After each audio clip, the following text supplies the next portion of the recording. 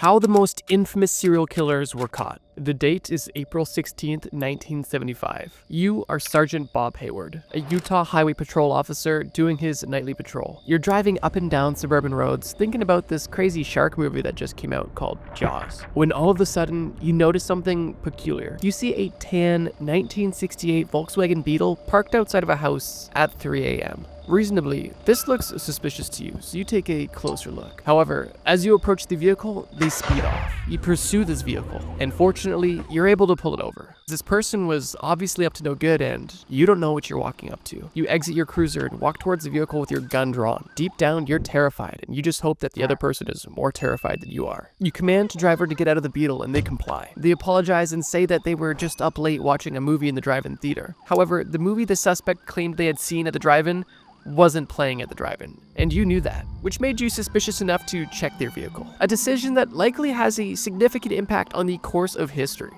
During the search of your vehicle, you find a lot of things, and it seems that they only get more and more grim. You find gloves, pantyhose, ripped sheets, rope, a flashlight, a ski mask, an ice pick, trash bags, and handcuffs. Things that normal people don't keep in their vehicle. Although possessing these items and keeping them in your car is suspicious, it's not a crime. However, fortunately, you were able to still bring this suspect in for evading an officer. You collect information about your suspect and you realize that his name is Ted Bundy, a name that you will soon never forget. Ted wasn't in jail long as he was freed on bond, but your findings in his vehicle were enough to get you talking, specifically to your fellow officers. You speak to detectives at your station about this encounter, and they too find the description of this Volkswagen Beetle and the name Bundy oddly familiar. It's at this point when the detectives in Utah contact investigators in Washington, where they learn that this weird Bundy guy was on their very short list of murder suspects in a series of murders. Coincidentally, however, the murders that took place in Washington stopped as soon as Bundy left and relocated from Washington to Utah. And coincidentally as well, disappearances then started to begin in Utah. If alarm bells weren't already ringing, they were now off the chain. If you're watching this video, I'm assuming it's no spoiler that Ted Bundy is one of the most notorious serial killers of all time. His unbelievably depraved actions are the reason we still talk about him to this day, as a cautionary tale. Let me quickly summarize his methods. Ted Bundy was a wolf in sheep's clothing, always hidden in plain sight. Although he was an active serial killer, he was working within the justice system and was even present on his own crime scenes. Not only that, but he had an unassuming character. He was considered handsome, looked and acted normal, and was considered charming by some. And he more so fit the description of a model citizen than a serial killer, which is one of the biggest reasons why he was able to go on for so long without being caught. It's actually quite upsetting to know how many pretty obvious clues were ignored by the police simply because they just didn't assume Ted was the type of guy to do that, which is obviously why you should never judge a book by its cover. Ted Bundy was a very methodical killer, with a system that he had down to a science. Ted preyed on primarily young white women. He would typically lurk around colleges and universities where he could easily find his next victim. But he usually wasn't hiding in the shadows. He was directly in your face and would approach women, typically in an arm sling or crutches to appear helpless and to gain sympathy points from the woman, and he would ask random women if they would be able to help him either put books in his car or something along those lines. Basically any lie to get the women to believe that they're helping a helpless, kind gentleman do something in or around his car. And if these kind women did make it to his vehicle, chances were it was basically done for them. At this point, Ted would bludgeon these women, typically to the point of unconsciousness or even death, and then do a multitude of things, typically engaging in on top of mutilating the body in ways that I can't even begin to explain, such as cutting off the victim's head and keeping it as a trophy and taking pictures with his victims as a sort of twisted, happy memory. And then once he felt he was done, he would dump the body somewhere, typically in multiple pieces. But even then, in some instances, he wasn't done, as there is cases where he would go back to visit these bodies he had dumped multiple times. Ted Bundy was extremely twisted, but fortunately, this video is focused on justice. And in this case, justice was served, albeit much later than it should have been. The string of murders committed by Ted Bundy had been going on for years at this point. But on November 8th, 1974, 1 year before his run-in with the police at the beginning of this segment, Bundy kidnapped a woman that would soon become his downfall. He picked up this 18-year-old woman from the Fashion Place Mall outside of Salt Lake City, Utah. And of course, he had devious intentions. But unlike many before her, she was able to escape, saving her life. Over 1 year later, on October 2nd in 1975, only 2 months after the run-in with the police, this same woman picked Bundy out of a lineup in the police station, confirming that this man was the man who kidnapped her 1 year prior. And this one positive ID in this one police lineup was able to bring this entire thing to justice, as 1 year later, on March 1st, 1976, Bundy was found guilty for kidnapping and sentenced up to 15 years. Obviously, Bundy did much worse than kidnapping, but this was a start. And for him, he saw this as the beginning of the end. But if you think this is the conclusion of how Ted Bundy got caught, you're definitely mistaken, because this is only the first of many times this man was caught. In 1977, another year later, Bundy was extradited to Colorado for the murder of one of his victims, which was progress in terms of justice. But during this time, he escaped from a second-story window when he was left alone for only a few moments. He spent 6 days living in the wild outside of the prison in Aspen and was then found and taken back into custody. However, only a few months later, he escaped from his jail cell in Glenwood Springs, Colorado. And things took a dark turn once again. Bundy wasn't living in the woods for 6 days. He was on the run for months, and during this time, he would attack 5 people and kill 3 of them. And by people, I mean young, innocent women. On February 15th, 1978, another officer spotted a stolen vehicle around 1:30 a.m. in Pensacola, Florida, and decided to pursue this vehicle. Once again, Bundy was taken into custody, and this officer didn't even know the level of monster that he had in the back of his cruiser. When Bundy was brought to the police station, he refused to say his name for over 2 days. A detective was able to get him to confess that his name was Theodore Chapman Bundy, but for some reason the detective didn't connect the dots and realize that this was Ted Bundy, the serial killer that was currently on the loose. Fortunately, this mistake wasn't extremely consequential, as they did shortly after connect the dots. And on July 24th, 1979, Ted Bundy was convicted on 2 counts of murder. Although while he was in custody, he admitted to over 30 murders, and there is suspected to be even more, although those are not confirmed. On January 24th, 1989, Ted Bundy was executed at Florida State Prison at the age of 42. So now, if somebody asks you, how did Ted Bundy get caught? Not only do you know the answer, but now you know to ask, well, which time? The time he was first brought into custody for acting suspicious, the time that he ran away from the courthouse and was in the trees for 6 days and then was caught and brought back, the time that he broke out of prison with a hacksaw and was on another killing rampage for 2 months before being brought back. There's a few times he was caught, but in all seriousness, my description of this case only scratches the surface, and even the process of how he was caught and his court chronicles, where he not only represented himself but also proposed to his girlfriend at the time in court. There's a lot of lore to this story, and if you want to learn more about it, I actually have a video that goes specifically in depth on these serial killers, which I'll put at the end of the video. Bundy was executed via the electric chair with crowds watching as he perished, and his final words were a message of love for his family and friends, if he even had any left. The year is 1978. You're a police officer in Ohio.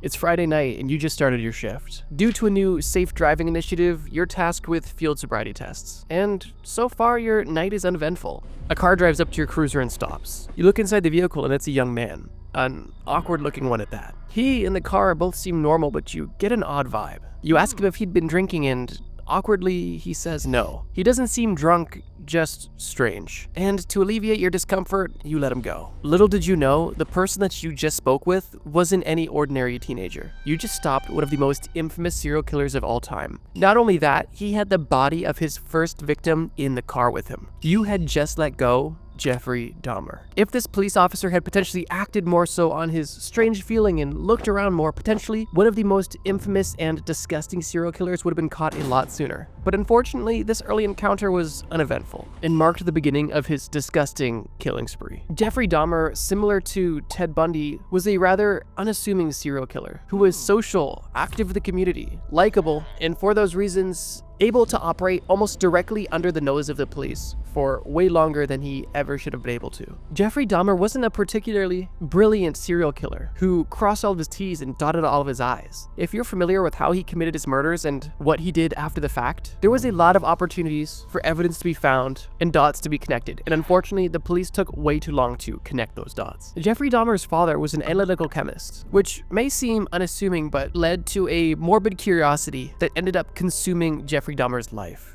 Jeffrey's father taught him how to preserve animal bones with bleach, and they would even look around their property together to find dead animals to dissect and preserve and bleach the skin and connective tissue of these dead animals. Jeffrey's father thought he was sharing insight into his career with potentially interesting information, but to Jeffrey, this information was highly interesting, and unfortunately, it was taken in a completely wrong direction, which we'll get into. On top of this weird dissection and scientific process, if you want to call it that, Jeff showed signs of trauma in his younger years, specifically torture butchering animals and being rather quiet and reserved. His father even admitted that there were signs that he didn't notice at the time, which is questionable. After graduating high school, Dahmer attended a party, something he did relatively often as he tried his best to be social and was at this point already experiencing a rather nasty alcohol addiction. On the way home after this party, Jeffrey picked up a hitchhiker named Stephen Hicks, another 18-year-old man. They both went back to Dahmer's place to hang out and drink, and while Stephen didn't have any sort of romantic intentions, Jeffrey did. And when Jeffrey got the clue that things likely weren't going to happen, he took matters into his own hands in the worst way possible. Dahmer grabbed a dumbbell and hit this man over the head, knocking him unconscious. He then strangled the man and then assaulted his body for his own personal satisfaction. And then at that point, used what he had been practicing on animals on a person for the first time. And unfortunately, this was not the only time either. After mutilating and dismembering the body, Dahmer packed it into his car where he was driving to dispose of it. And it was on this drive where Dahmer met the police officer. If only this police officer chose to do a search, we would be living in a much different timeline. But unfortunately, that was not the case. And although Dahmer was caught,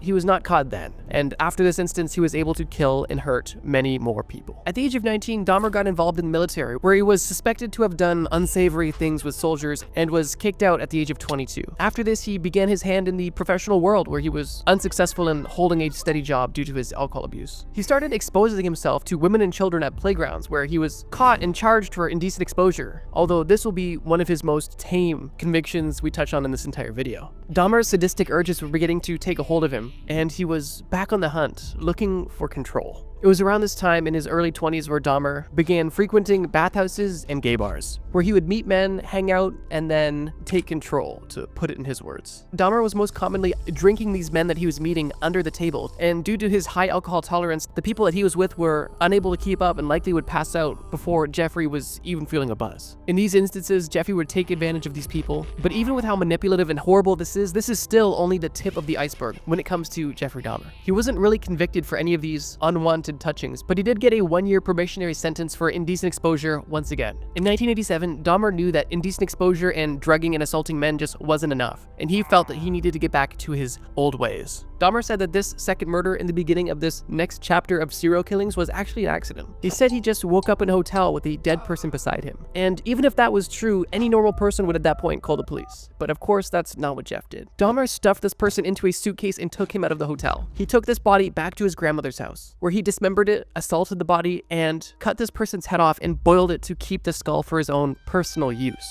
to say the least. This trend would continue drugging, assaulting, and killing men over the next years. I know I've already gotten into detail, but there is so many disgusting and gruesome details associated with exactly what Jeffrey Dahmer would do to his victims, and there is a ton of videos about that. So let's focus in on the point of this video. Jeffrey Dahmer killed 17 men and boys between 1978 and 1991. But how exactly did he get caught? Well, as he continued his spree, he got less and less cautious and more hasty, as he simply cared less and less and was too caught up in his own fantasies, it seemed. On July 22nd, 1991, Jeffrey Dahmer lured a man named Tracy Edwards into his apartment, offering to pay him $100 for nude photographs. When they got to the apartment, that's when things started to go wrong. Dahmer attempted to handcuff this man and threatened him with a knife, and Edward smartly played along, trying to keep Dahmer calm and unassuming of him trying to escape. After spending 5 hours together, Tracy was able to punch Dahmer in the face and flee, getting out of the apartment and onto the street where he flagged down 2 police officers. At this point, Tracy was barely clothed and still had a handcuff on his wrist. The police followed Tracy back to Dahmer's apartment where Dahmer admitted to putting handcuffs on this man, but doing nothing wrong. However, the police weren't satisfied with that answer and searched the apartment, which is when one of the officers discovered Polaroid photographs of dismembered bodies. And after seeing this evidence, the police handcuffed Dahmer after a bit of a power struggle. A search that took place later on uncovered a collection of human remains and other vile things that I won't even get into. Dahmer confessed to all of the murders and waived his right to a lawyer during his interrogations. And over a 2-week span, detectives were able to get Dahmer to admit to his crimes and detail them specifically. And in detail, he outlined 17 murders of men and boys between 1978 and 1991. The following year, on January 13th, 1992, Dahmer pled guilty but insane to 15 counts of murder. Dahmer wasn't sentenced to death in the court system, but he was by another inmate. And during his time serving 15 consecutive life sentences, He was beaten to death with a blunt object by another inmate. Some people thought this was a poetic ending to his reign of terrors, while others didn't think that this was quite justice. No matter how you feel about this situation, the Jeffrey Dahmer story is extremely upsetting and honestly disgusting, and if you haven't seen it yet, there's an entire Netflix documentary about it. But to answer your question, how was Jeffrey Dahmer caught? One of his victims was finally able to escape and expose his human deli to the police and eventually the world. I do want to say that because I do post weekly, I'm not able to make extremely long videos. I try my best though, and I think on average 15 to 30 minutes isn't bad. But with that being said, unfortunately, there is a lot of serial killers that have existed, and fortunately, there are a lot who have also been caught. Ideally, there wouldn't be any serial killers to catch, but that's a different story. I say this because if you guys enjoyed this topic and this video, I would love to make another one, potentially a part 2, and maybe even make a series out of it. So before we get into our last killer, if you guys enjoy learning about these serial killers and how they eventually got caught, let me know in the comments below or give this video a like. If I see enough comments, then I will definitely make a part 2. Now, let's start the story. You're a young man in the Chicago area, and you're looking for a job. You just graduated high school and you don't want to go to college, you want to get into the trades. It's a growing opportunity that doesn't require an education, and that interests you. Your uncle's friend is a local business owner and politician, and he says that this man could help get you a job. He introduces you to this man and you guys set plans to discuss a potential employment opportunity. This man invites you over to dinner, which you're rather comfortable with because you've seen this man before and you've even been to a few of his events. He's been known to have block parties and he even likes to dress up at times as a clown, of all things. During your time with this man, you guys discussed employment opportunities, pay, expectations, previous experience, and all of the regular things you may expect you would discuss during a job interview. The interview comes to a close and you feel optimistic, hoping that you're gonna get a job soon and potentially start a lifelong career, when the man you've been sitting across the table with asks you if you want to see a cool trick. You don't want to be rude, so you go with it, and he invites you into his basement. In the basement, he shows you handcuffs, and you're interested and kind of confused. Where did you get these? Are these real? How do they work? He doesn't really explain, but he says, put them on, I'm gonna show you something. So once again, almost hesitantly, you go with it. You allow him to handcuff you, and then he shows you that he has the keys, but not in a reassuring way, almost in a taunting sort of way. At this point, the vibe shifts immediately, and the professional man that you were just talking to upstairs is now a creepy and demented seeming individual who, at the drop of a hat,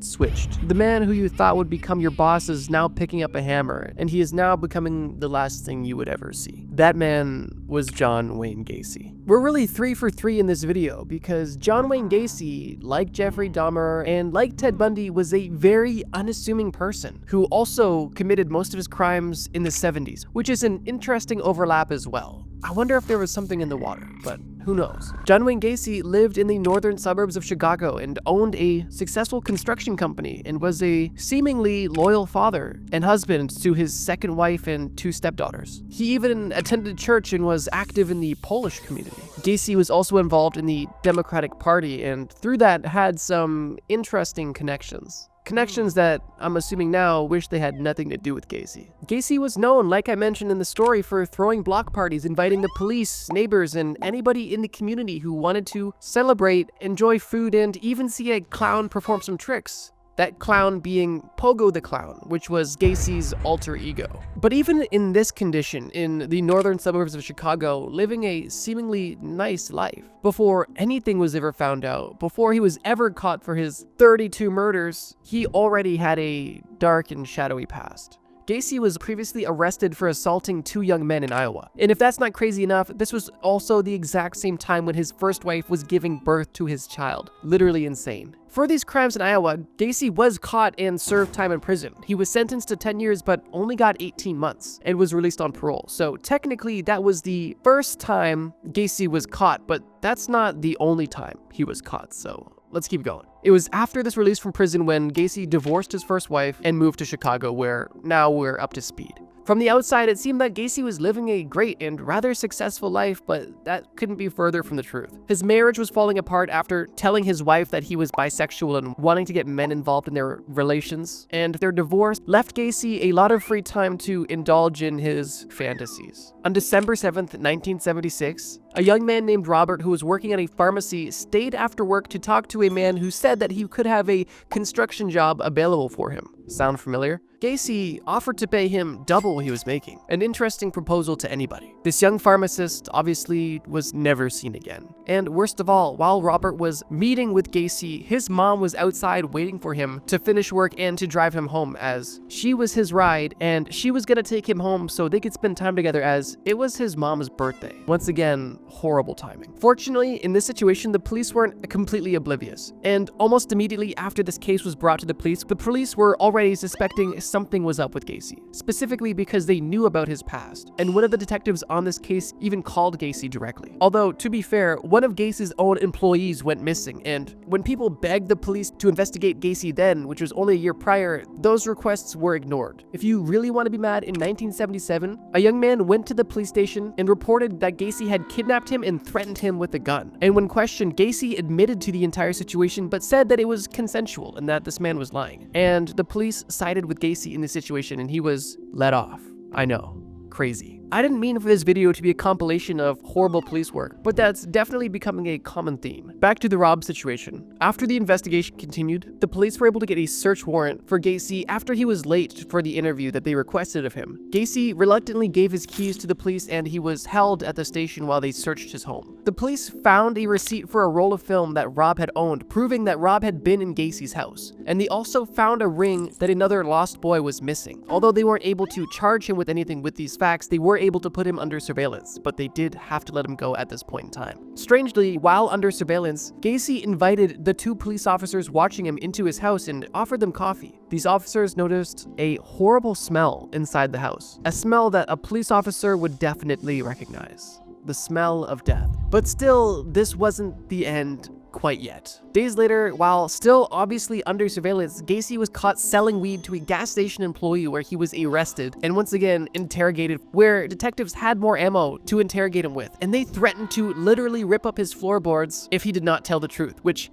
they obviously meant hypothetically, but physically they did end up doing that and finding exactly what they were looking for. While in jail, he did admit to killing one person, but claimed it was only self-defense. Gacy led police to the place in his basement where he hid one body, and upon further investigation, the police found a trapdoor where they found at least 3 other bodies. When this information was shared with Gacy, and Gacy knew the jig was up, he went on a multi-hour-long rant, speaking in the third person like a lunatic, admitting to everything, and claimed that he had killed at least 32 young men and boys, and that 27 of them were buried on his property. In April of 1979, a grand jury indicted Gacy on a total of 33 murders, which at that point in history was the largest number of murders associated with one person. While in custody, Gacy admitted to more and more gruesome details about his murders, and the police were able to validate all of these stories by finding evidence within his home. On February 6, 1980, Gacy pled not guilty to all of the charges, and his lawyers tried to pull a insanity card, but that didn't work. Gacy was of course found guilty and sentenced to death. After 15 years on death row, Gacy was killed by lethal injection on May 10th, 1994. But there you have it. 3 of the most infamous serial killers and how they got caught. How the most notorious serial killers were caught. The year is 1888, and you are located in Whitechapel, England, one of the roughest areas in London's East End. You, like most of the people in your life and in Whitechapel, don't live a life of luxury at all. You struggle to make ends meet, and tonight don't even have the 2 pence to pay for a place to sleep. You used to have a more or less picturesque life until your husband died, and since being on your own, like many women at the time, you resorted to selling your body. Whitechapel wasn't a booming metropolitan area, but it did contain over 62 brothels and over 1,200 prostitutes at the time. So to you, it was a better option than starving. With nowhere else to go, you spent the last few hours at the pub you frequented, and as the pub began to close, the bartender sensed that you weren't able to pay your bill. Unfortunately, they told you tonight it was on the house, as they knew you had fallen onto some tough times. You stumble out of this bar, beyond drunk, into the dark labyrinth that is the Whitechapel streets, and you begin to take the long and ominous walk home. At this time, it had to be at least 2 or 3 in the morning. The street was so dimly lit and the fog was so thick, you could barely see a person standing a few feet in front of you. Luckily, the labyrinth of small roads was something you were more than familiar with and could do with your eyes closed. And while there was nobody on this street beside yourself, you do notice a figure in the distance, something that you knew wasn't typically there. It wasn't a lamppost, and it wasn't an animal. As you get closer, you realize that it's a man in a dark trench coat and tall hat. As your drunken thoughts begin to process what you're looking at, you realize that this man was your golden ticket. You had just possibly found a place to stay tonight and even a way to make a few dollars. And as you approach this man, you try to put yourself together and approach him confidently. You walk right up to him and tell him that if he's looking for a good time, you can both go back to his place, and before you could even finish your offer, you slowly notice this man developing an unnatural smirk. And before you're even fully able to process this unnerving smile, you notice something. The reflection of what streetlight was available twinkled off of an object that this man just pulled out of his pocket, although it wasn't a pocket watch or change. This man had just pulled out a 7-inch knife. You instantly realize you need to run away as soon as possible, but your alcohol-induced delayed reaction time prevented you from taking any action, and the only thing you could do was let out a gasp before this man raises the knife and cuts your existence short. Only a few hours later, at the very crack of dawn, a man is slowly venturing down a cobblestone road when he sees something on the sidewalk. He notices a woman on the sidewalk. Although this wasn't the typical Whitechapel homeless person. This was a woman face down, surrounded by blood. This man instantly gets out of his buggy, flips this woman over, only to realize that this woman was not only injured, but brutally murdered. Her neck was stabbed multiple times, and her torso was not only stabbed, but mutilated, with her intestines almost spilling out of her torso. This grim and disgusting discovery was one of the many victims of Jack the Ripper, and the start of a hunt for truth that would last over 137 years. There's no doubt that Jack the Ripper is one of the most notorious, if not the most notorious serial killer of all time. And of course, we're going to discuss exactly how he was caught. But before we discuss how he was caught, it's important to understand exactly how he wasn't caught so long ago. Obviously, technology wasn't nearly advanced as it was now, but that doesn't mean that crimes weren't solved. And in the case of Jack the Ripper, there was plenty of situations where Jack was very close to being caught and truthfully should have been caught, but we'll get to that. One of the biggest factors that consistently contributed to Jack the Ripper being able to go on for so long without being identified was the location of where he lived. As I mentioned earlier, Whitechapel was a rough area, and although it was tight and crowded, people weren't necessarily paying attention to others as they had enough to focus on. And weird things going on weren't so weird there. People shouting in the streets, people sleeping in the streets, people fighting, people with blood on their clothes, all weren't necessarily uncommon in a place where people were struggling to survive, dealing with disease, violence, and crime, and truthfully just trying to make it to their next meal, let alone their own next day. This gave Jack a lot of leeway to commit some truly horrendous crimes as long as he wasn't directly in anybody's eyesight. Another major contributing factor to the reason why he wasn't caught at the time is because he was only active for a few years. Obviously, being an active serial killer for any period of time is unacceptable. However, if you've seen any of our videos on serial killers, you would know that some killers are active for decades. At the time, it wasn't known how long Jack the Ripper was active, as his identity was unknown. Although, with the information that we have now, we can pinpoint exactly when he stopped killing and why he did too. But before we discuss that, let's first discuss how Jack the Ripper even earned a name as a serial killer. This brings us back to our initial story. A woman being found dead in the Whitechapel streets wasn't common, but wasn't unheard of. But what was unheard of was the sheer level of mutilation that occurred on her body. If this happened only once, there would be no Jack the Ripper. But the volume and consistency of these attacks in such a short amount of time were what fueled the media to create a monster, and one of the first ever famous serial killers. In 1888 alone, there is 5 confirmed killings associated with Jack the Ripper. These 5 victims are known as the canonical 5. And the reason these 5 victims are confirmed to be victims of Jack the Ripper are because they all exhibit trademarks of Jack's method of murder. All of these 5 women were either underprivileged, vulnerable, or had recently fallen onto hard times. And most notably, all of these victims had been murdered and brutally mutilated in such a specific manner. But it wasn't mutilation alone that created Jack the Ripper's signature murder. It was how precise and consistent these mutilations were. Coroners and doctors who inspected these victims once they were found would all remark that whoever had done this must have been experienced with a knife in some way, whether they were a doctor or a butcher or a shoemaker. And during the time that these murders were being investigated in the late 1800s, people in those exact professions, among others, were questioned, as whoever was wielding this knife and mutilating these women was no amateur.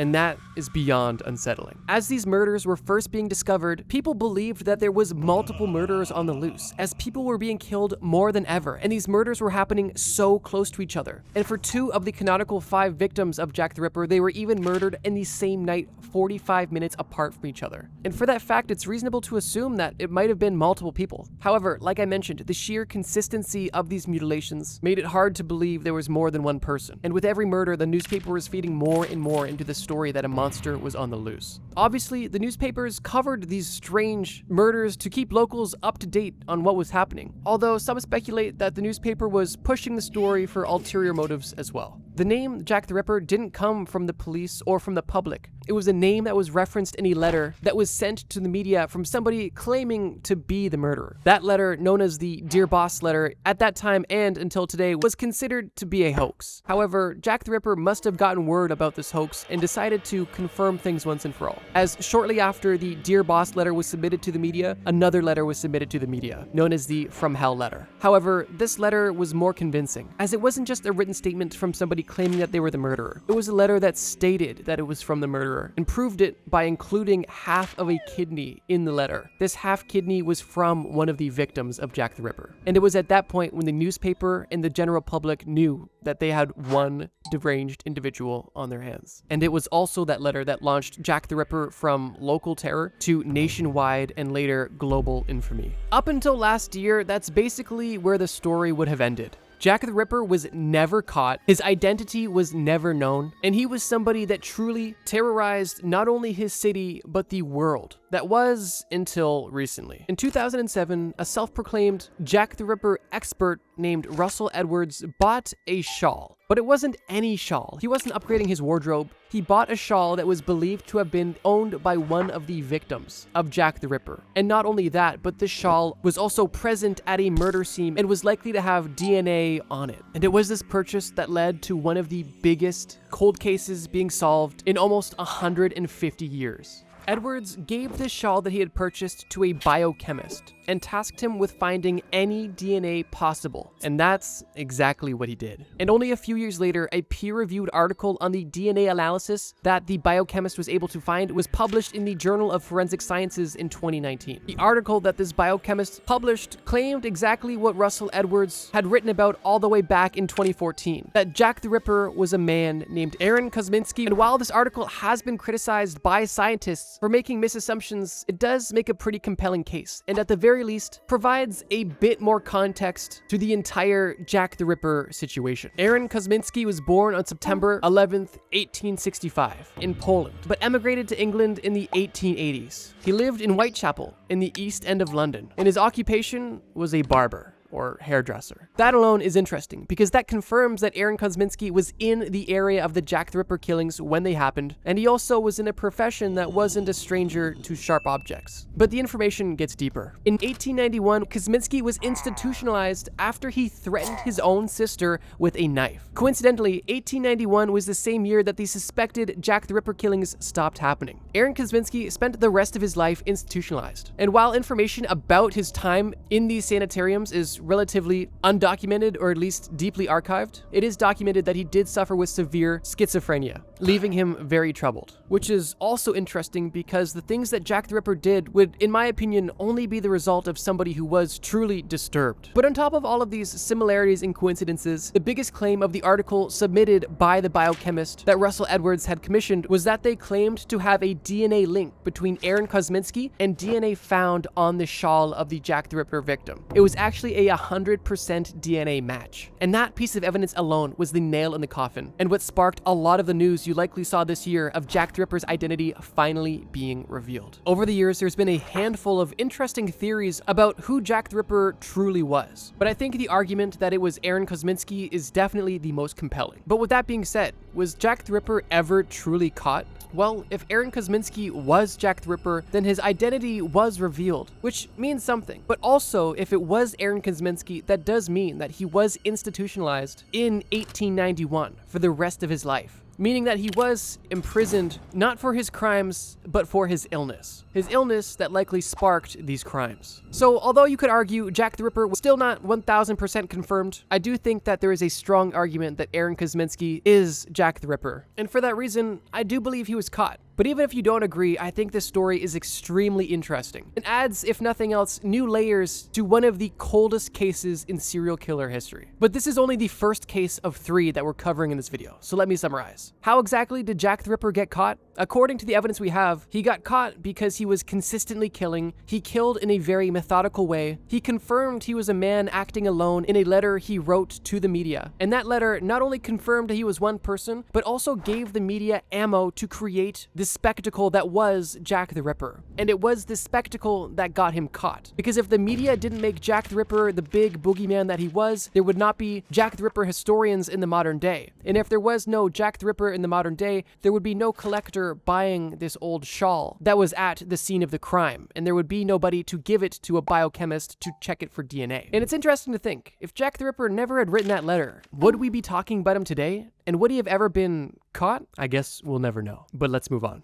Saturday, August 24th, 1985. You are a 13-year-old boy, and you had just returned home to Southern California from a road trip with your family. The road trip was fun, but the entire time there was an eerie undertone, as your parents and the family you had been visiting out of town were all focused on one subject: the serial killer that had been on the loose in Southern California. You didn't know much of the situation, and truthfully, you weren't too interested, but you overheard your parents talking about some sort of night stalker. And between overhearing your parents and news coverage, it was hard not to have some sort of context about what was going on. And from what you understood, there was this crazy man on the loose who at this point had killed 13 innocent people and was still not only not caught, but not even identified. This to you was scary, but what was about to happen on this fateful night was going to be a lot scarier. You return home from your family vacation later in the night, and you spent the evening unpacking, something that you delayed doing because you were watching your favorite VHS. It was a movie known as Back to the Future, and it only came out a month prior. And watching this movie kept you up later than usual, and this movie left you excited and unable to sleep, which is why you were up at midnight, which for you was later than usual. The rest of your family was sleeping, so you made sure to be quiet and keep to yourself. It was until you realized that you left your favorite pillow in the family RV, and you weren't going to bed without it, so you had to quietly sneak out to it to get it, obviously without waking your parents. You tiptoe outside, and once you make it into the yard, you hear something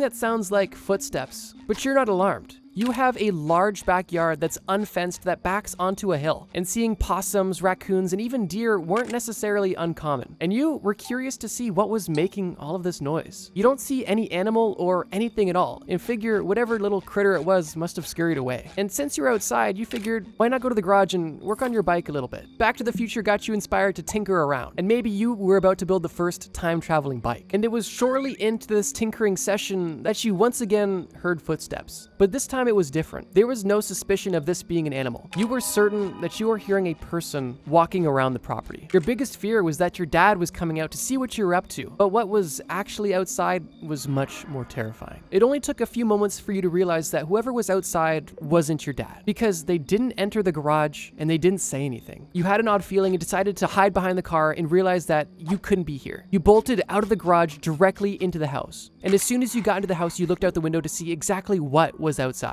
And that's when you see a man walking around your home. You see this man start to walk away, and before he fully leaves your property, you want to get one last look to see if you know who this man could be and what he was doing there. And as you run from your bedroom out through the kitchen to the garage, your dad stops you in the kitchen and asks you, what are you doing? Why are you up at this hour? Hastily, you tell your dad that there's a man in the yard and you need to see who he is and what he's doing now. And after explaining this entire situation in only a matter of seconds, you shove your dad out of the way and run into the yard, when you catch a glimpse of a figure wearing a baseball cap, a jacket, and blue jeans. And although you can't identify this figure, you see them get into an orange Toyota hatchback with a chrome roof rack. As this man got into his car, you run into the road to follow him. And although his car is facing the opposite direction to you, he doesn't just drive off. He does a U-turn in the middle of the road to go the opposite direction. And this gives you the opportunity to see this man's face. The man drove off, and you, confused, go back inside and explain everything to your dad. Concerned, your dad already had the police called, and rather swiftly, the police were at the door taking a written statement. But it was only an hour later when the police called back to get even more information. And then a few hours later, at 6 in the morning, the police once again returned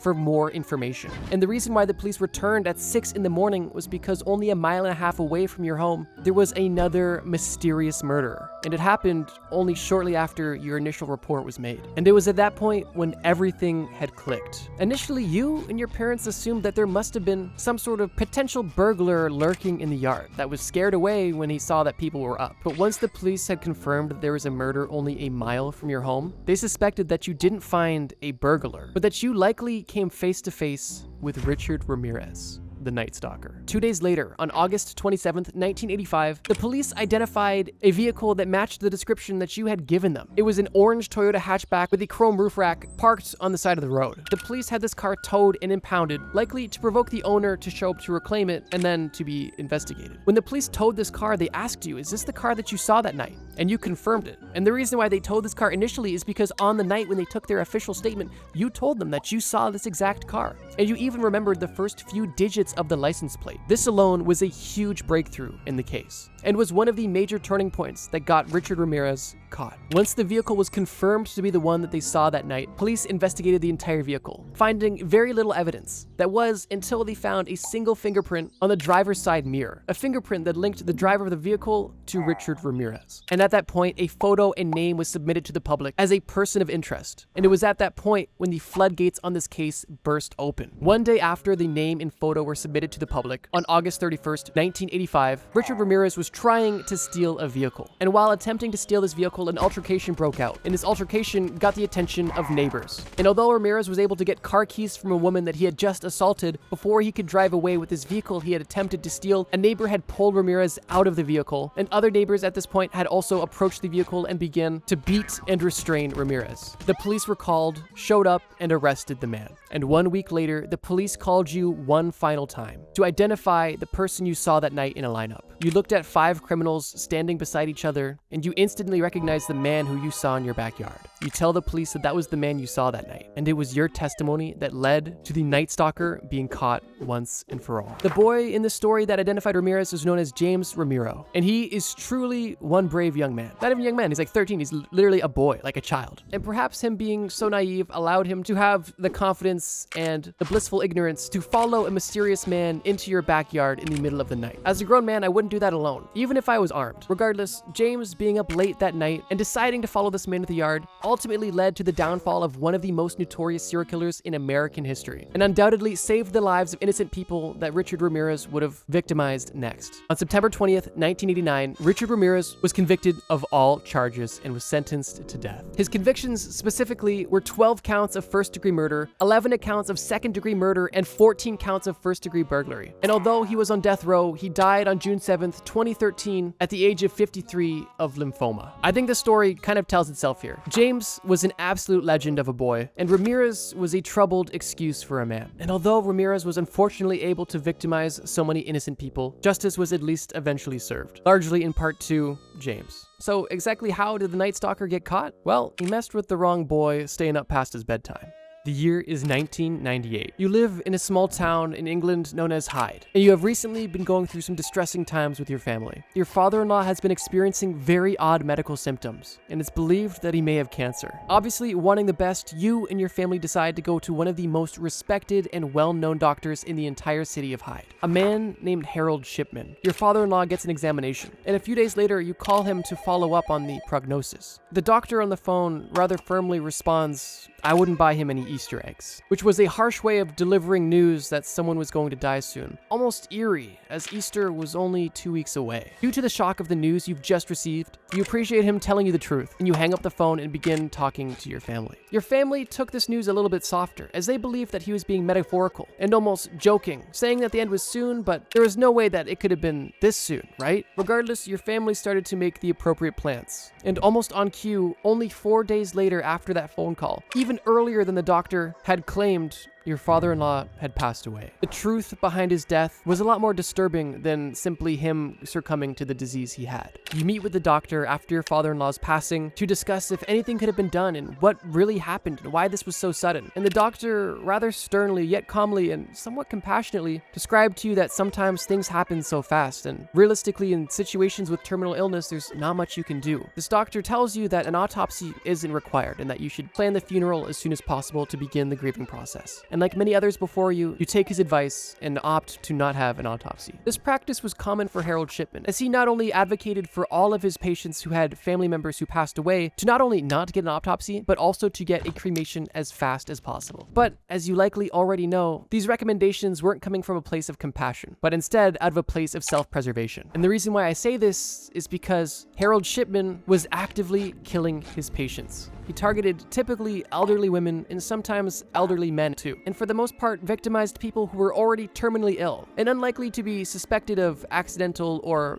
intentional death. Harold was a troubled individual, there was no doubt about it. His mother passed away at a young age, and he struggled with drug abuse in his early career as a doctor and was even admitted to a facility. However, it wasn't put on his record and he was only given a warning. This allowed him to continue practicing and even to get his own private practice, which may sound like a fortunate second chance, although that optimism slips away when you realize what happened within his private practice. Harold was no longer addicted to heroin, but he was seemingly addicted to giving his target patients a lethal dose of diamorphine, the same drug that was given to his mother when she was dying. Harold Shipman was suspected of killing his victims as early as 1975, and it wasn't until 1998 when suspicions of foul play began to become overwhelming. As in small communities, word spreads quickly, and it was at that point when Harold Shipman was investigated. Upon investigation, it was confirmed that Harold Shipman's mortality rate as a doctor was 10 times above the average. Yet, when the health authority investigated all of the paperwork associated with these patients and their deaths, they found no irregularities, which at the time lowered suspicion. But as we know now, these papers were actually forged to fit the stories that he was spinning. And while the health authority was investigating the patients, the Greater Manchester Police were investigating Shipman, and unfortunately also failed, as they weren't even able to find his criminal history or the time he spent in an institution for his drug abuse. What this essentially means is that this first investigation into Harold Shipman almost cleared his name. It didn't clear suspicions, but legally speaking, Harold was doing nothing wrong. He was a standard doctor who unfortunately had some unlucky clients. But this story didn't last for long. Only a few months later, on June 24th, 1998, Harold made a very distinct choice that led directly to him being caught. Harold Shipman was at the home of one of his patients, a woman named Kathleen Grundy. This woman was 81 years old and described as being in great health. She had an appointment with Shipman at her home to have a routine blood test, although what she got instead was a lethal dose of diamorphine. As per his standard practice, he quickly wrote her death certificate and stated her cause of death as old age and suggested she be cremated immediately. But that wasn't the only document he forged. Somewhat unusually, he also forged a will, and it was Kathleen's will, giving all of her worldly possessions to her doctor, Harold Shipman. And it was this move specifically that raised more than a few red flags. Kathleen was a former mayor of Hyde, and for that reason was a notable person in the community, and her death was very upsetting to many, particularly her family, who were shocked not only that their healthy mother and grandmother passed away, but also that she'd left all of her money to her doctor. And with that, they began investigating Harold themselves, when they quickly realized that he was behind not only the forgery, but also the death.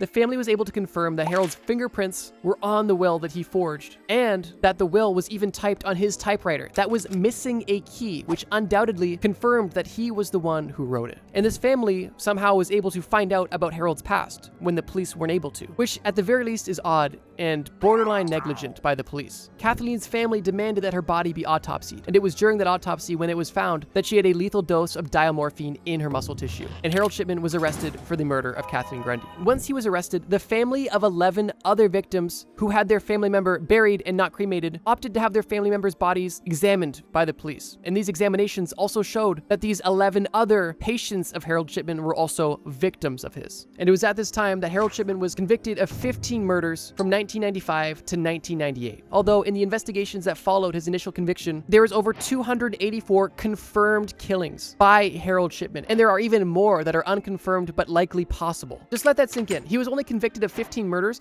but he was confirmed to have killed at least 284 of his patients, likely from the years of 1975 to 1998. Harold received life in prison, although only a few years into his sentence, he ended his own life on January 13th, 2004 at the age of 57. Shipman never gave any motive for his murders and never admitted to any of it. Serial killers from every state in the United States of America: Alabama, Thomas Whisenant. Thomas Warren Whisenant was born and committed his crimes in Alabama. He was born on January 29th, 1947, and was convicted for the murders of 3 women between 1976 and 1977. He abducted, assaulted, and murdered these victims and then mutilated their bodies. Whisenant was arrested in 1977 after being caught in the act of disposing of a victim's body. He was convicted and then sentenced to death in 1978, and despite multiple attempts to appeal this decision, he was executed via lethal injection on May 27th, 2010. Gruesome start to this video, and it doesn't get much better. Also, it's just wild to me that someone could be on death row for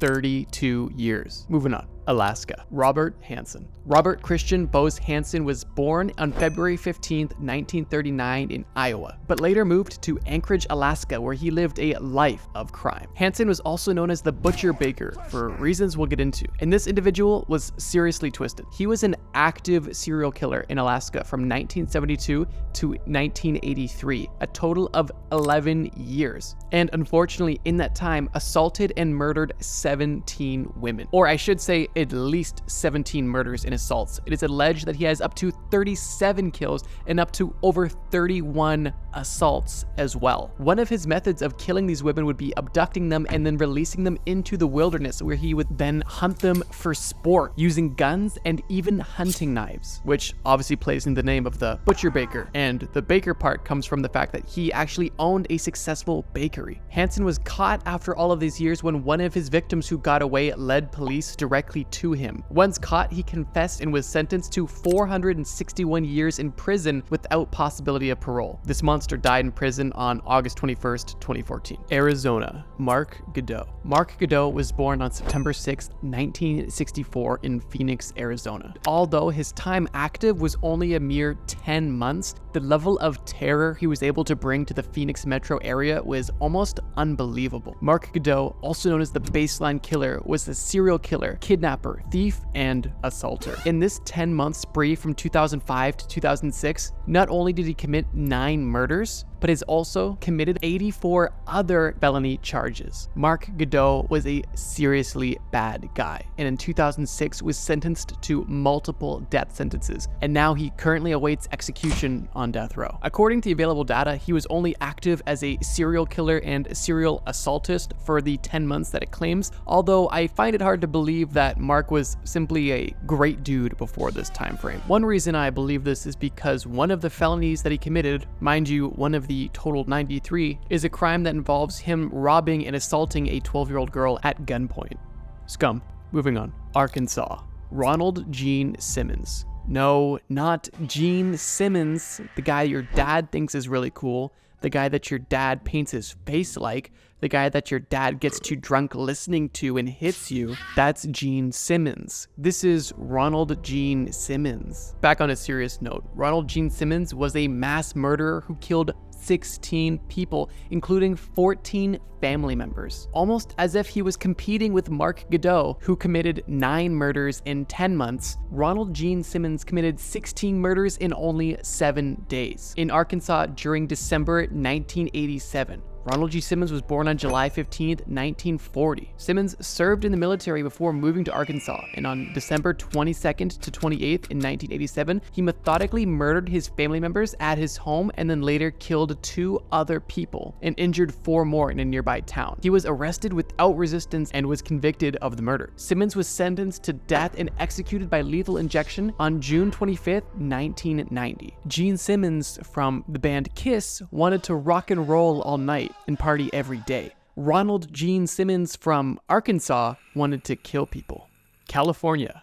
Richard Ramirez. Richard Ramirez, also known as the Night Stalker, is likely one of the most infamous names on this list. Strangely, I have never covered him on the channel, even though I've made numerous videos about serial killers. Ramirez was born on February 29, 1960 in El Paso, Texas, but moved to California at the age of 22. Ramirez's crimes were heavily influenced by his troubled childhood, and he even had a cousin who taught him military skills that Ramirez ended up later using during his killing spree. That killing spree and honestly crime spree, which also included assaults and burglaries, took place in the greater Los Angeles area from 1984 to 1985. During this time, he committed numerous heinous crimes such as home invasions, murders, and assaults. His crime spree, marked by extreme violence and satanic rituals, created widespread fear throughout the LA area. And fortunately, he was caught on August 31st, 1985, where he was convicted of 13 murders, 5 attempted murders, 11 assaults, and 14 burglaries. He was sentenced to death and remained on death row until he died of cancer on June 7th,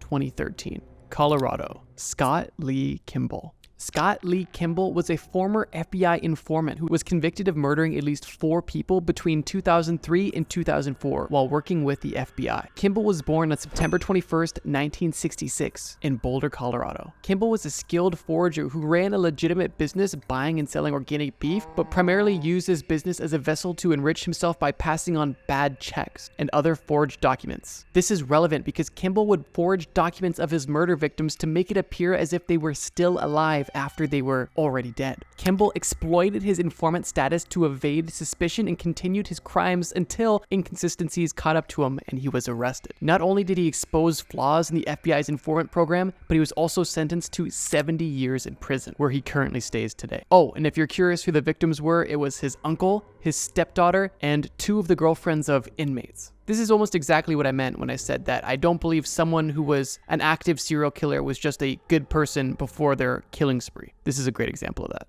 Connecticut. Michael Ross. Michael Bruce Ross was born on July 26, 1959 in Connecticut. Ross was also known as the Roadside Strangler and the Eggman, whatever that means. Between 1981 and 1984, he murdered and assaulted 8 young women in New York and Connecticut. According to people that knew him growing up, he exhibited antisocial behavior from a very young age. He was sentenced to death for his crimes in 1987 and was executed via lethal injection in 2005. A fun fact about Michael Ross is that he was the last person to be executed in Connecticut before they abolished capital punishment in 2012. Delaware. Stephen Pennell. Stephen Brian Pennell, also known as the Route 40 Killer, was born on November 22nd, 1957. Interestingly, Pennell is Delaware's only known serial killer in modern history. Good job, Delaware. But unfortunately, that doesn't make his situation any better. Pennell was convicted of the murder and assault of 2 women and was suspected of 3 others. As the name suggests, he abducted most of his victims on Route 40. Pennell was sentenced to death and executed via lethal injection in 1992, making him the first person executed in Delaware in over 46 years. Florida. Eileen Wuornos. I've actually covered Eileen on the channel before, and her story is really quite interesting. Not only was she a female serial killer, but she was a female sex worker who targeted her male client. From 1989 to 1990, while she was working as a prostitute along the highways of Florida, Eileen killed and robbed 7 of her male clients. When caught, she claimed that she was simply defending herself from assault, but that story didn't quite work. Wuornos was arrested in 1991 and convicted of 6 murders and was executed via lethal injection in 2002. Fun fact about Eileen is that there's actually a movie made about her story called Monster, which released in 2003. Georgia. Wayne Williams. Williams, also known as the Atlanta Monster, the Atlanta Boogeyman, and the Atlanta Child Killer, was born on May 27th, 1958. Wayne was only ever convicted of 2 murders, those being the murders of 2 adult men. But what's peculiar is the fact that he is heavily suspected of being responsible for the murder of 24 children. From 1979 to 1981, there was a spree of child murders in Atlanta known as the Atlanta Child Murders. I find it quite interesting that there's enough evidence to heavily suspect Wayne of being responsible for a very specific number of these murders, but not enough evidence to convict him. I guess it's fortunate that he was at least convicted of these 2 adult murders, but I'm sure his story would be much different if he was convicted of at least some of the child murders he was suspected of committing. Hawaii. Randall Saito. Randall Saito is admittedly not a serial killer, but he is still a killer. Saito randomly and brutally killed a woman at Ala Moana Center in 1979, and since then has been spending time in a mental institution as he was acquitted of this murder due to insanity. That's upsetting and scary. What else is scary is the fact that he escaped the mental hospital in 2017. He walked out of the facility, took a taxi to the airport, and flew to California using a fake name. Fortunately, Saito was caught days later and was charged an additional 5 years for the escape, but his escape definitely raised questions about the security lapses at the hospital. Like, I know Hawaii is laid back and chill, but it boggles my mind that in 2017, not 1987, in 2017, he just walked out, took a taxi, and took a flight with a fake name. Wild. Idaho.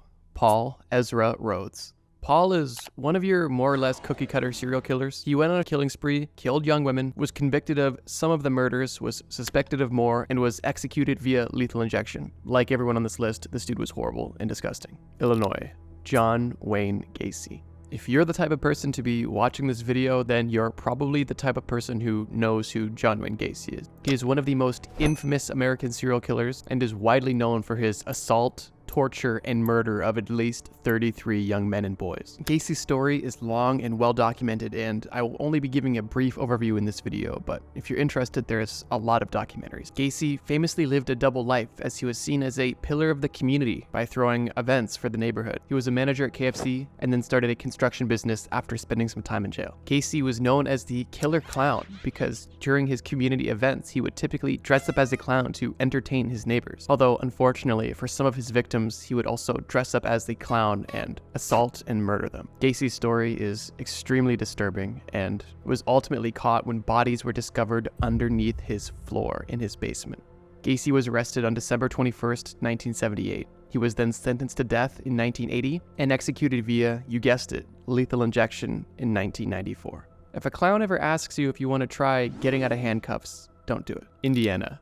Herb Baumeister. Baumeister is a serial killer from Indiana and was active from the 1980s to the 1990s. He is suspected to have murdered at least 11 men and possibly all the way up to over 25 men. Due to the fact that there was no trial, this is all suspected, which is something we'll get into, but it's pretty certain. Why I say that is because human remains were found on Baumeister's property. Not only were the remains of 11 men found on the property, but there was also over 10,000 bone fragments scattered across the grounds of his farm. It is believed that Baumeister would lure victims into his home, specifically gay men, where he would then assault them and then kill them before burying their bodies. Once the police caught on and began looking for Baumeister, he had already escaped to Canada, where he took his own life in a national park before police could ever catch up to him. And for that reason, he was never convicted and never sentenced. But I think he knew what he had coming. Iowa. Earl Nelson. Earl Nelson is one of the oldest entries on this list so far, being born on May 12th, 1897 in California. Earl Nelson was also known as the Gorilla Man or the Dark Strangler. He was a serial killer, a assaultist, and a necrophile, and was also considered to be the first known serial assault murderer in the 20th century. He committed over 22 murders and also 22 separate attacks all across the west coast of the United States, including primarily Iowa. Nelson targeted landladies and their daughters. It would gain entry to their homes by posing as a prospective tenant. He would then strangle the victims and do extremely unspeakable things. Nelson was caught in Canada, of all places, in 1927 and was executed by hanging, not lethal injection. So there you go, something new. Kansas. Dennis Rader. Okay, so this guy is wild. Everybody on this list is a complete lunatic, but this one in particular, I just finished watching a documentary about him. He was known as the BTK killer, which is actually an acronym for his routine, I guess you could say. He would bind, torture, and then kill his victims. And that's how he referred to himself as well. He was active in Wichita, Kansas from 1974 until 1991, a huge gap. What's even crazier is that he wasn't even caught until 2005 when he was arrested and pled guilty to all of the murders. What's potentially even crazier than his time active as a killer, or the large gap after his active period where he was just still free, is the fact that he would also, during his time active, would taunt the media outlets and police by leaving detailed messages describing his crimes. The only reason he was ever even caught is because in 2004, after a 13-year hiatus, he decided it was a good time to start rewriting letters and begin taunting the police again, when at this point, technology was advanced and they weren't playing around, and they caught him shortly after in the following year, and he was arrested, like I mentioned, in 2005. He's currently serving 10 consecutive life sentences without the possibility of parole. Kentucky. Donald Harvey. This monster is a little bit different than some of the other monsters on this list. Harvey was a killer who claimed to have 87 murders, but was only confirmed to have 37. Still a ludicrous amount. He was active in Ohio, Kentucky between 1970 and 1987, a 17-year span. He gave himself the name the Angel of Death, and it all makes sense in a sec. Harvey was a healthcare worker and said that he started killing his patients to simply put them out of their misery, but said he eventually grew to enjoy killing his patients. Harvey would typically kill his victims by poisoning them with cyanide or suffocating them with a pillow. How Harvey was caught after doing this for so long, 17 years, is because the last victim he ever killed was a man who was on life support for several months after a motorcycle accident. His autopsy revealed the large amount of cyanide in his system, and then people began to grow suspicious, specifically of Harvey. They became extremely suspicious of him when they learned that he was forced to reside from a previous job in a Cincinnati hospital when he was caught stealing body parts for an occult ritual. Wild that he was even able to continue working in healthcare at all. Harvey lived in prison from 1987 all the way up until 2017 when he was found in his cell severely beaten and then later succumbed to his injuries and died in prison. It's crazy to me that someone working in healthcare with a very strange and peculiar history is able to kill at least 37 people over 17 years and not get caught for so long. We're not even halfway done this video yet, and we've heard some disgusting and deplorable stories. And I'm sorry to inform you, it doesn't get much better. So I did want to take just a quick breather before we got back into it. Okay, if you currently make YouTube videos, I want you to watch this. And if you don't, just skip to this timestamp. I get a ton of questions about how I make my videos, what I use to animate, what I use to illustrate, how I grew on YouTube, and everything of the sort. And my friend, Internet Anarchist, also had a lot of similar questions as well too. Him and I both had very fortunate experiences growing on YouTube, and it wasn't an accident or luck at all. It's my belief that success is caused by three things, not just on YouTube, but in anything: knowledge, experience, and immersion. Knowledge meaning having the right knowledge to know what to do and where to go. Experience meaning actually putting that knowledge into practice, testing it out, and learning for yourself with the proper guidance to avoid major mistakes. And immersion. Immersion meaning being surrounded by like-minded individuals that are on the same path as you, that you can compare notes with and relate to. A big problem that we've noticed in the YouTube community right now is there is a lot of people trying to sell information to brand new YouTubers who don't have a budget and don't even know any better. So they'll fall for every trick in the book, and it's extremely disheartening. Internet Anarchist and I both realized that there was something that we could do, and we did it. That's why for any of my subscribers who have a YouTube channel that are wanting to actually grow and take YouTube seriously, I would love to invite you to our new school community called 1 of 10 Community. This is a completely free community. It's always free and will forever be free. It currently includes myself, Internet Anarchist, other huge YouTubers, and over 1,400 other small creators that are looking to grow their channel and are working every day to get better and providing each other feedback and support. My goal with this group is to provide small and upcoming YouTubers the absolute best opportunity to be able to grow quickly in a way that's not a scam. Like I said, there's a lot of predators on YouTube, and not that kind of predator, that are looking to prey upon small YouTubers who have the dream of growing but don't have the knowledge of making it happen. And unfortunately, these people are typically easily fooled by fake plaques and fake screenshots, and they are sold expensive courses that don't help them. That's why me and Internet Anarchist made something that was better than these paid courses, and it's absolutely free. So before we get back into the killing spree, if you are a YouTuber that follows me and you want to grow more on YouTube, please, I would love you to join 1 of 10 Community. The link's in the description. It's a completely free school community. Make an account and join a network of a ton of YouTubers like yourself who are just trying to grow and make their dreams come true. Okay, back into the void. Louisiana. Derek Todd Lee. Lee was born on November 5th, 1968, and was from St. Francisville in Louisiana. He is also known as the Baton Rouge serial killer and is known for his killing spree from 1998 all the way up to 2003, where during this time, he terrorized Baton Rouge and surrounding areas by committing at least 7 murders of, you guessed it, women. Before his murders, he was a great guy, right? No, not at all. Before his murder charges, Lee was actually arrested for stalking women and watching them in their own home. In an interesting twist, despite this previous arrest, during the search for this serial killer, the police overlooked him because they assumed the serial killer was white. However, Lee was eventually linked to all of these murders of these women in Louisiana via DNA tests, and in 2004, he was put on trial and was sentenced to death. Lee did not end up being killed via lethal injection because he actually died of heart disease in the hospital while on death row at the ripe old age of 47. Maine. James Hicks.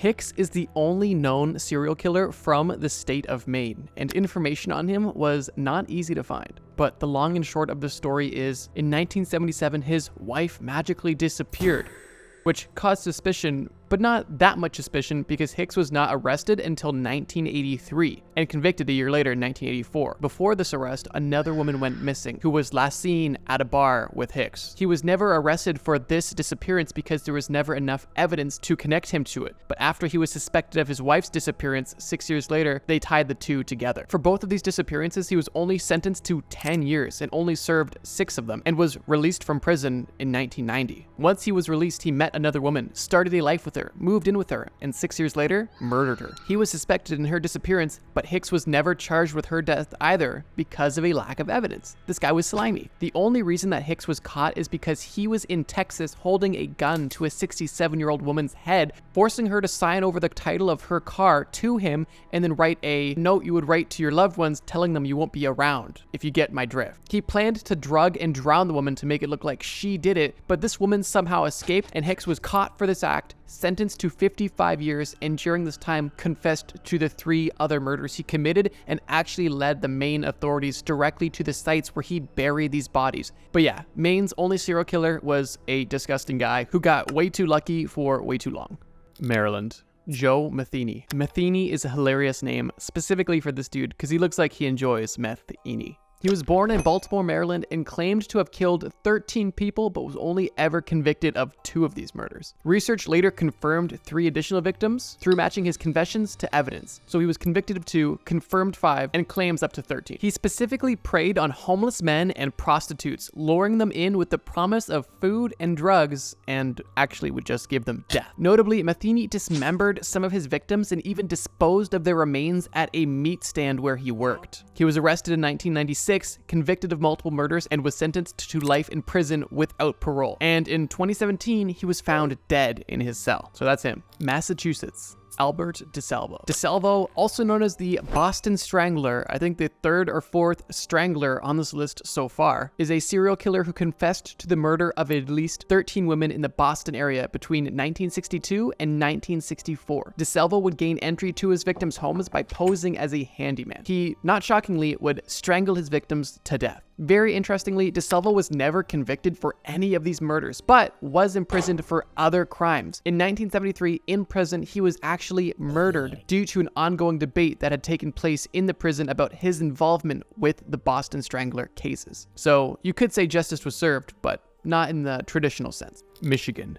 Carl Eugene Watts. Watts was born in 1953 in Texas and might have the highest kill count on this list so far. Not that that's an accomplishment at all. It is just a morbid fact. Watts was nicknamed Coral and was dubbed by media outlets the Sunday morning slasher, who murdered an insane amount of women over an 8-year period. He is also suspected of being the most prolific serial killer in all United States history. At the absolute minimum, Watts is responsible for 14 murders, but at the absolute most, he is responsible for over 100 murders. Keep in mind, this was only through an 8-year period. Wild. All of which of these murders took place within Michigan. Watts would stalk his victims, break into their homes, and then kill them using various methods, such as stabbing or strangulation. Watts was arrested in 1982 and was sentenced to life in prison, where he died of cancer in 2007. Minnesota. Paul Michael Stefani. Stefani, also known as the Weepy Voice Killer, was a serial killer who murdered at least 3, you guessed it, women in Minnesota during the early 1980s. He gained his nickname from his tendency to call emergency services after committing his crimes in a sobbing, high-pitched voice. Stefani was caught in 1982 after 2 years of being active and later confessed to the murders. He was sentenced to 40 years of prison and, like some others on this list, died of cancer in prison. Mississippi. Glenn Edward Rogers. Glenn lived a very transient lifestyle and for that reason killed in many different states and lived in many different states. But for the purpose of this video, we're focusing on Mississippi. Glenn is convicted of 2 murders, suspected of 3 more, and claims over 70 total. Glenn was active from 1993 to 1995. And during that time, he worked as a handyman and also, you guessed it, killed women. You can probably guess how as well. Something interesting about this guy though is the fact that he actually was on the FBI top 10 most wanted fugitives list and was caught after a nationwide manhunt. Currently, he's on death row in Florida. Missouri. Robert Burdella. Burdella was a serial killer from Kansas City who was known as the Kansas City Butcher, or more ominously, the Collector. He was active during the 1980s, and during this time, he killed at least 6 young men. Yeah, different. He would lure his victims, who were often young men, into his home where he would subject them to prolonged periods of captivity and torture, typically including assault, and always ended in murder. After being active for 3 years, Burdella was caught in 1988 and sentenced to life in prison without parole. He ended up dying in jail 4 years later in 1992 at the age of 43. Montana. Nathaniel Bar Jonah. This case specifically is quite upsetting and disturbing. Jonah was primarily a child assaulter and was only a suspected serial killer and cannibal. And although he has 0 confirmed murders, he has 5 suspected murders and 10 plus confirmed victims that are children that survived. He was active from 1964 all the way until 1999, which is just heartbreaking. At least in 1999, he was apprehended and convicted with assault, kidnapping, attempted murder, and child assaultation, and was given 130 years in prison at the Montana State Prison, where he died in 2008. Gross. Nebraska. Charles Starkweather. This case has one of the fastest timelines on this list. Starkweather was a serial killer who, along with his girlfriend, killed 11 people in the span of only 2 months. The rampage began with the murder of a gas station attendant, and this snowballed into a series of robberies and killings, including the murder of some of his girlfriend's family members. After this 2-month killing spree, the pair was caught in Wyoming after a high-speed chase. Starkweather was sentenced to death and was executed a year later after being caught in 1959. So let me break it down for you. This guy was 18 years old, decides to go on a 2-month killing spree, and is executed via the electric chair only 6 months after being put on death row. He died at the age of 20. That is quick justice. His girlfriend, on the other hand, who was his accomplice, was only sentenced to 17 years in jail. Wild. Nevada. Carol Cole. This is the first man I've ever seen named Carol, so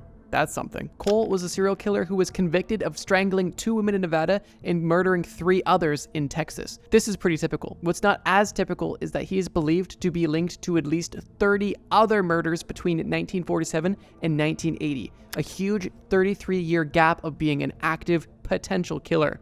Wild. Cole was sentenced to death for his crimes, and for his last meal, he had jumbo fried shrimp, french fries, and salad with French dressing, and Boston clam chowder. And the next day, he was executed via lethal injection on December 6th, 1985. New Hampshire. Sheila LaBear.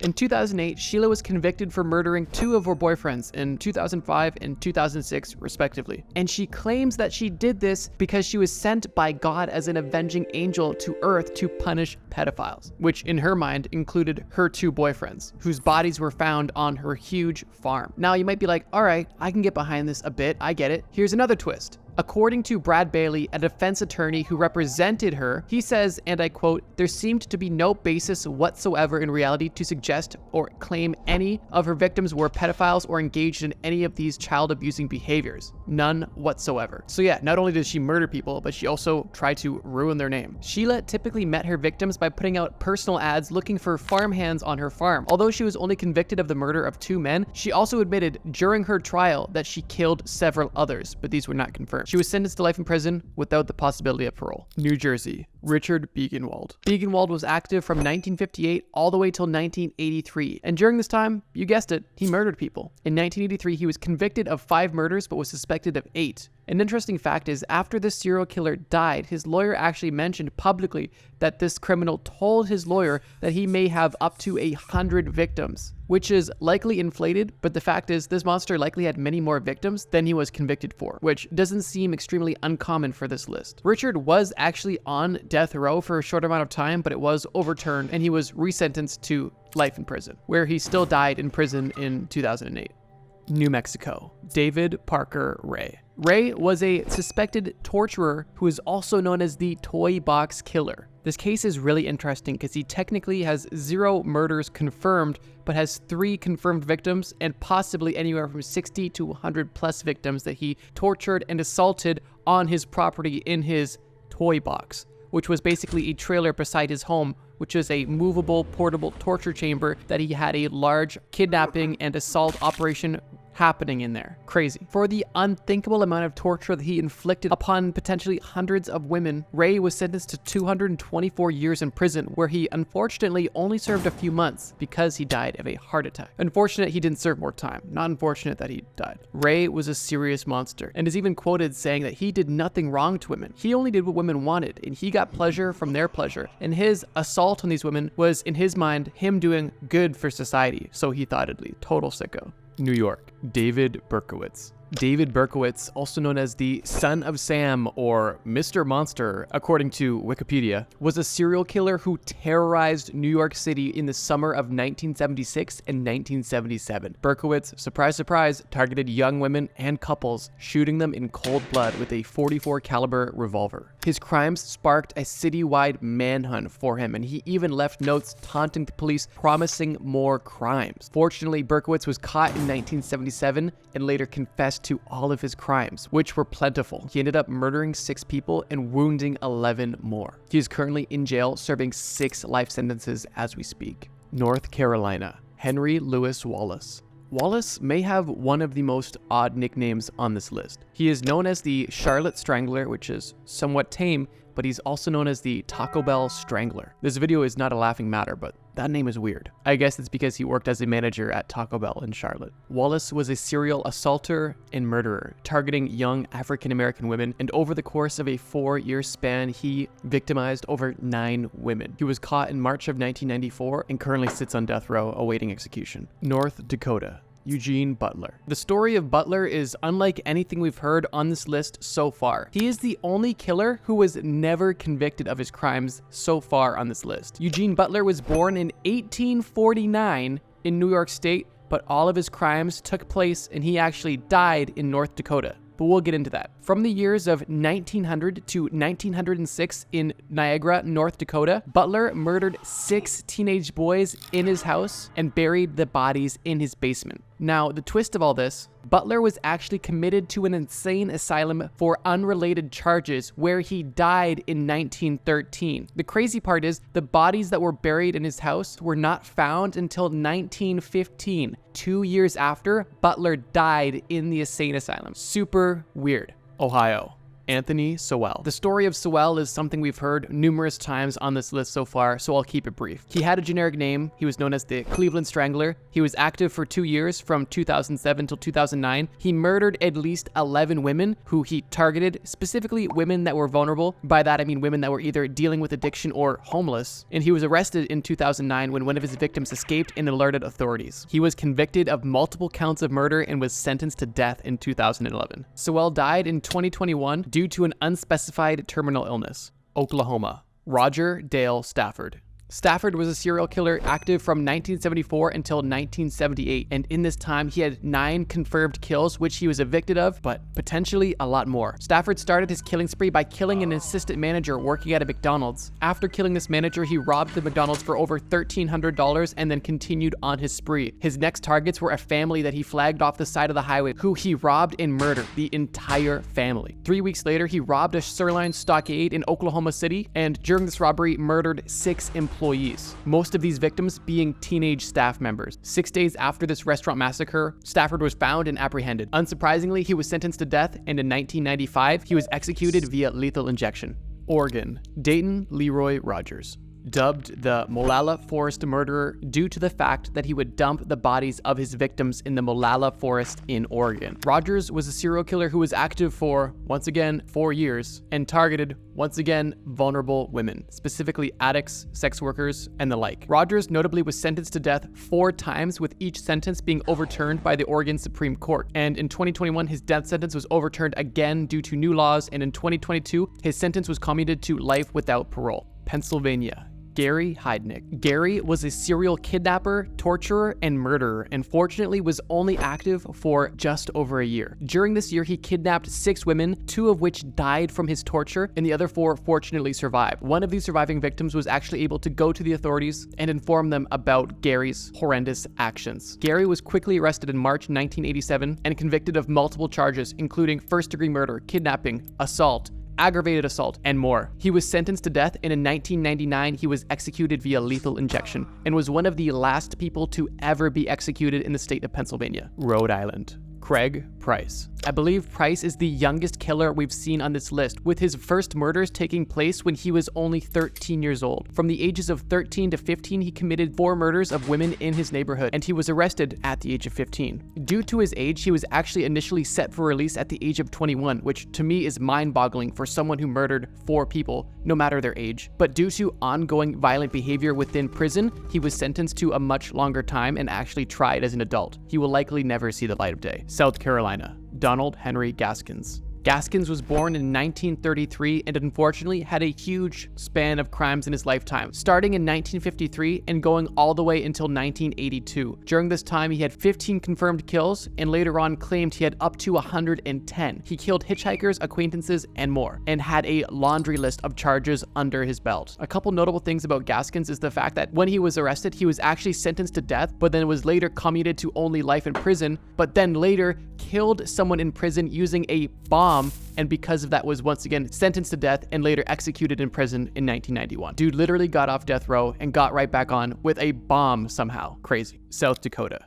Robert Leroy Anderson. Anderson was your run-of-the-mill creep. He was an assaulter and killer. He has at least 2 confirmed victims across multiple states in the US, primarily South Dakota, and would typically lure victims by posing as a photographer wanting to take pictures of people. He was convicted and sentenced to death in 1984, and in 2002 died in prison while waiting for execution. Tennessee. Paul Dennis Reed. Reed was also known as the fast food killer, specifically because he targeted fast food workers working the late shift. He would rob, assault, and murder these employees, and was sentenced to death for the murder of 7 fast food employees in the Nashville metropolitan area. Reed was sentenced to death and died in 2013 while waiting for execution. Fast food employees really deal with too much. Texas. Dean Corll. Corll, also known as the Candyman or the Pied Piper, was a mass serial killer, serial assaulter, and serial torturer, and was a member of the Houston mass murders, which at the time of its discovery were considered the worst example of serial murders in the entire history of the US. Corll was known as the Candyman because his family had previously owned and operated a candy company in Houston, and he personally had been known to give free candy to local children, which is the most stereotypical and scary thing I've ever heard.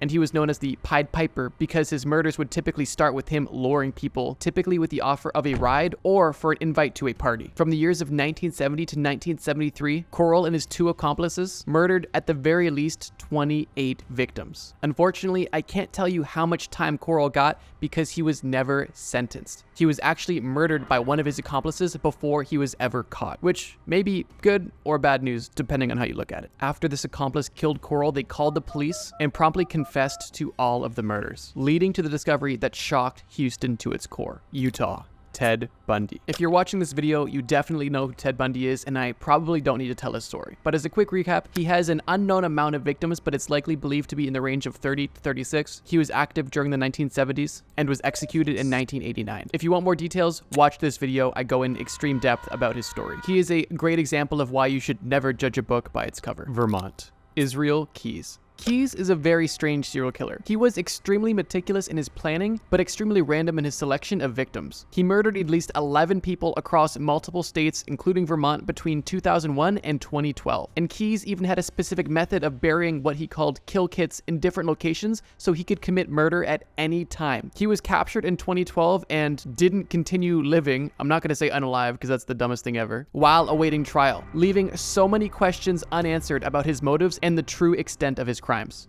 Virginia. Timothy Wilson Spencer. Spencer was active from 1994 to 1998, once again, 4 years, committed 5 assaults and murders, and was sentenced to death by electric chair, not lethal injection. Washington. Gary Ridgway. Ridgway was active from 1982 to 1988, confirmed, and was possibly active as recent as 2001. He was arrested on November 30th in 2001 and confessed to murdering at least 71 women, many of whom were vulnerable women, like we explained before. This unfathomable kill count made him one of the most prolific serial killers in US history. In 2001, he pled guilty to 48 counts of murder to avoid the death penalty and is currently serving a life sentence without the possibility of parole. It's crazy how someone with 71 murders can actually avoid the death sentence. Whether you're for it or against it, it's crazy how somebody with 2 murders can get the death penalty, but someone with 48 confirmed at the very least can get around it. West Virginia. Harry Powers. Powers was an active killer in the 1930s and was particularly evil because he preyed upon vulnerable, lonely widows who had just lost a loved one. He would meet them on classified ads in the newspaper and would murder them for their money. During his time active, he killed at least 5 women and 3 children before being caught. He was tried, convicted, and executed in 1932. Once his story gained national attention, it was considered to be a contributing factor to people's fear of meeting people through classified ads in the newspaper. Wisconsin.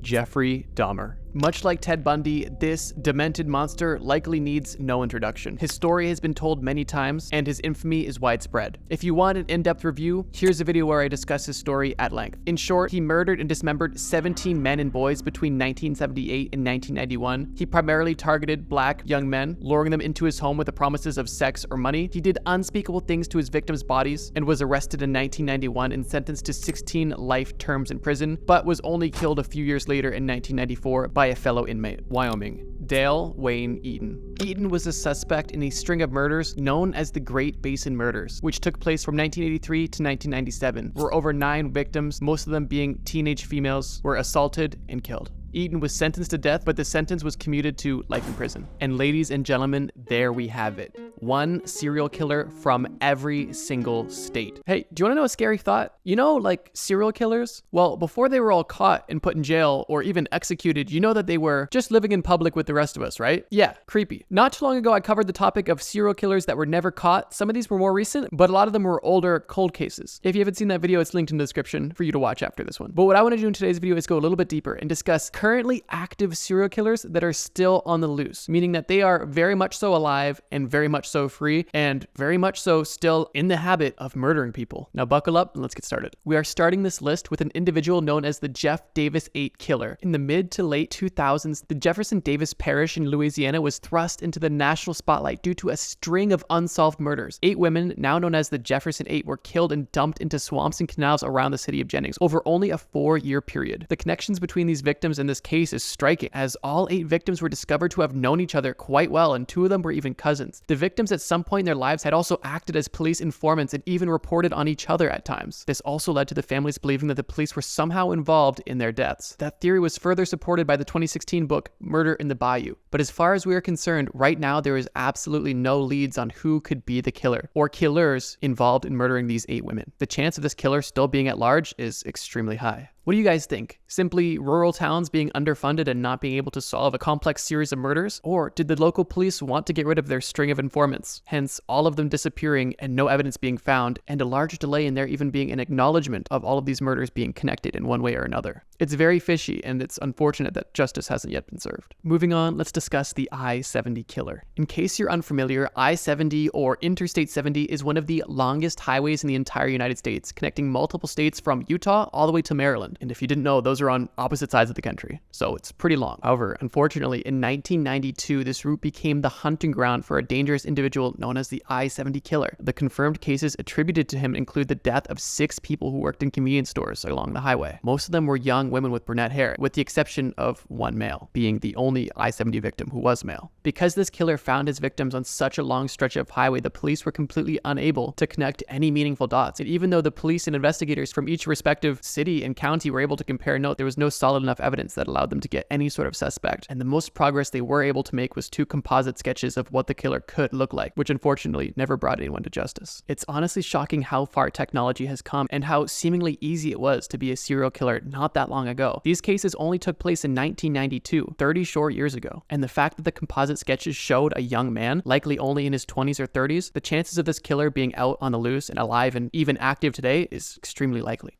Next up, we have the Long Island serial killer. Like the rest of these cases, this one's crazy. In May of 2010, a 24-year-old woman named Shannon Gilbert disappeared, so the police conducted a search looking for her along the Ocean Parkway in Long Island, New York. And while unfortunately they did not find her body, they found something they did not expect at all. They found the remains of 4 other missing women. What started out as a simple search for missing women turned into the investigation of a lifetime, searching for a serial killer who's currently on the loose. Over the course of a few extra months, police found more remains belonging to 6 other people, a total of 10, and the connections were made. The killer mostly targeted sex workers who put up ads on Craigslist. And although there was a lot of effort put into a lengthy investigation, and there was even suspects and persons of interest, which is a first on this list so far, there was absolutely no arrests made, and the Long Island serial killer may very well be still active, as they're still on the loose. Truly sad and unfortunate. Alright, let's get out of the States for a sec and go over to Asia, specifically Japan. This entry is not only strange, but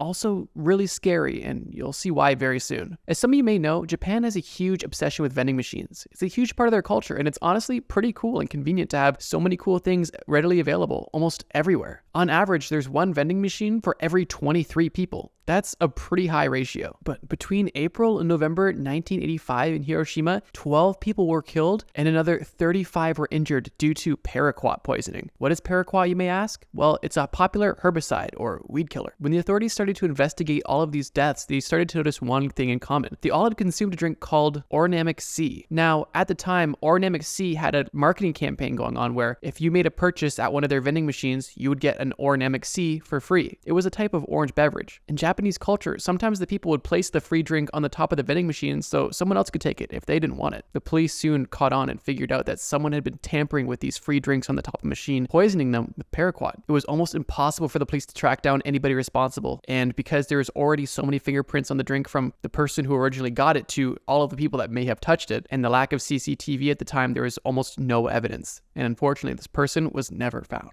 It's very likely this person could still be around today, and whether they're a serial poisoner or not, I would say there's a good chance that they're probably up to no good. I don't know about you, but this definitely makes me question any type of free drink I may be offered in the near future. Well, unfortunately, we couldn't stay out of the States for too long, and now we're back discussing the Eastbound Strangler. This name has a very odd and gruesome origin. In November of 2006, 4 bodies were found in a drainage ditch near Atlantic City, New Jersey. These bodies would all be identified as women who earned a living as sex workers in the area. The women all were lined up and appeared to be strangled, hence the strangler part of the name, but strangely enough, all of their bodies were facing eastbound, which is why they called him the Eastbound Strangler. It's a strange name with an even stranger meaning, but what's most strange is that this killer was never caught. Keep in mind, this case happened in 2006, not 1985, so there was a decent amount of technology to help solve this case. And for that reason, there was DNA evidence that was retrieved, but unfortunately, all this DNA evidence was able to do was clear the names of the only suspects that they had because there was no match. Despite there being a $25,000 reward, the Eastbound Strangler was never found and very likely walks among us today. I don't know about you guys, but if somebody goes and strangles 4 innocent people, I would say that they're probably not just going to stop at that, which is why I considered them for this list of active killers. And for good measure, let's just add one more strangler, specifically the Chicago Strangler. From 2001 all the way up till 2018, the deaths of at least 50 women in the south and west sides of Chicago have had the Chicago PD stumped. Like in other cases, unfortunately, a lot of these victims shared very similar attributes. They were African-American female sex workers in the area, and as you might have assumed, they were all murdered via strangulation. Because a lot of these victims in cases have provided no suspects, the term Chicago Strangler has been used as somewhat of a blanket term to identify the killer or killers who are still at large. The silver lining of this case is that some of these cases have been solved and closed, but unfortunately a vast majority of these strangulation victims have not been given justice, and unfortunately they likely won't. In 2019, a task force was set up to reinvestigate the cases. Somewhat strangely, in my opinion, they have not been able to provide any evidence to validate the theory that there is one perpetrator, meaning that they believe there's either multiple perpetrators or simply no connection between the cases. And for me, I believe that there's too much in common between all of these cases for these to simply be coincidental and completely unrelated. But what do you guys think? It's very sad and disheartening and honestly scary that this sort of thing is still going on, and the fact that these situations were still happening up until 2018 leads me to believe that this is still happening to this day. And for the last entry on this list, we will be jumping over to Russia. We have the Danilovsky Maniac, or the Maniac with Dull Eyes. He gets the nickname from a vague description given to the police, and he's on this list because between 2004 and 2007 he killed at least 7 women. He's also been believed to be active as early as 1999 and as recent as 2010. Like basically every monster on this list, he targeted young women, assaulted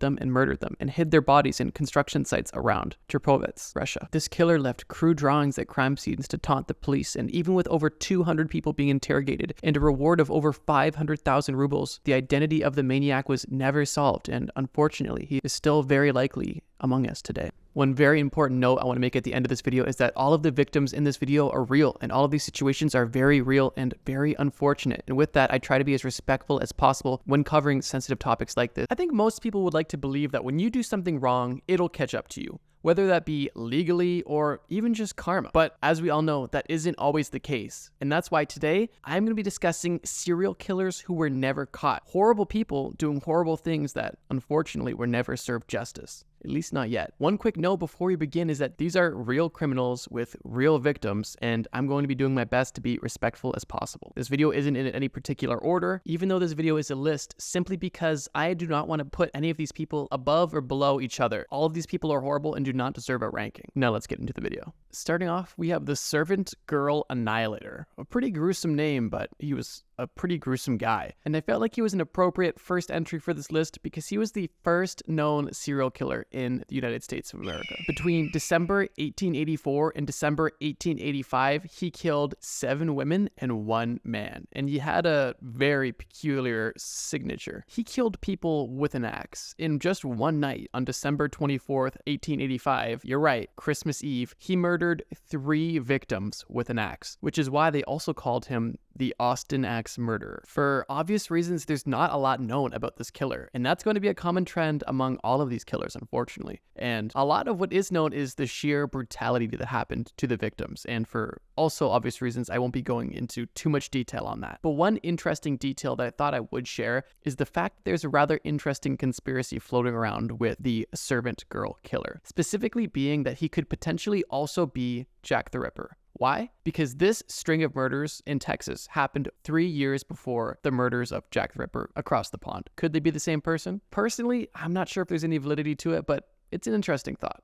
Next up, we have a rather interesting situation as this entry isn't just one killer, it's likely many. I'm talking about the Highway of Tears killers. The Highway of Tears is a 719-kilometer long corridor of Highway 16 between Prince George and Prince Rupert in British Columbia, Canada. And this stretch of highway has become notorious for murders that have happened on it. The crimes happening on this highway date back to as early as 1970 and are still believed to be happening to this day. Due to poor economic situations and the lack of public transportation, for a lot of the poorer citizens, hitchhiking was a big method of transportation, leaving vulnerable individuals at risk. Unfortunately, in that case, that meant many Indigenous women were at risk. Almost all of the victims of the Highway of Tears were Indigenous women, and there is believed to be at least 80 missing and murdered Indigenous women. One of the saddest parts about the stretch of highway is that a lot of these victims were never even found and are still considered missing and not homicides. And focusing on the criminals, the one interesting part is that only one person has ever been convicted on this highway, and unfortunately, they were only convicted for one murder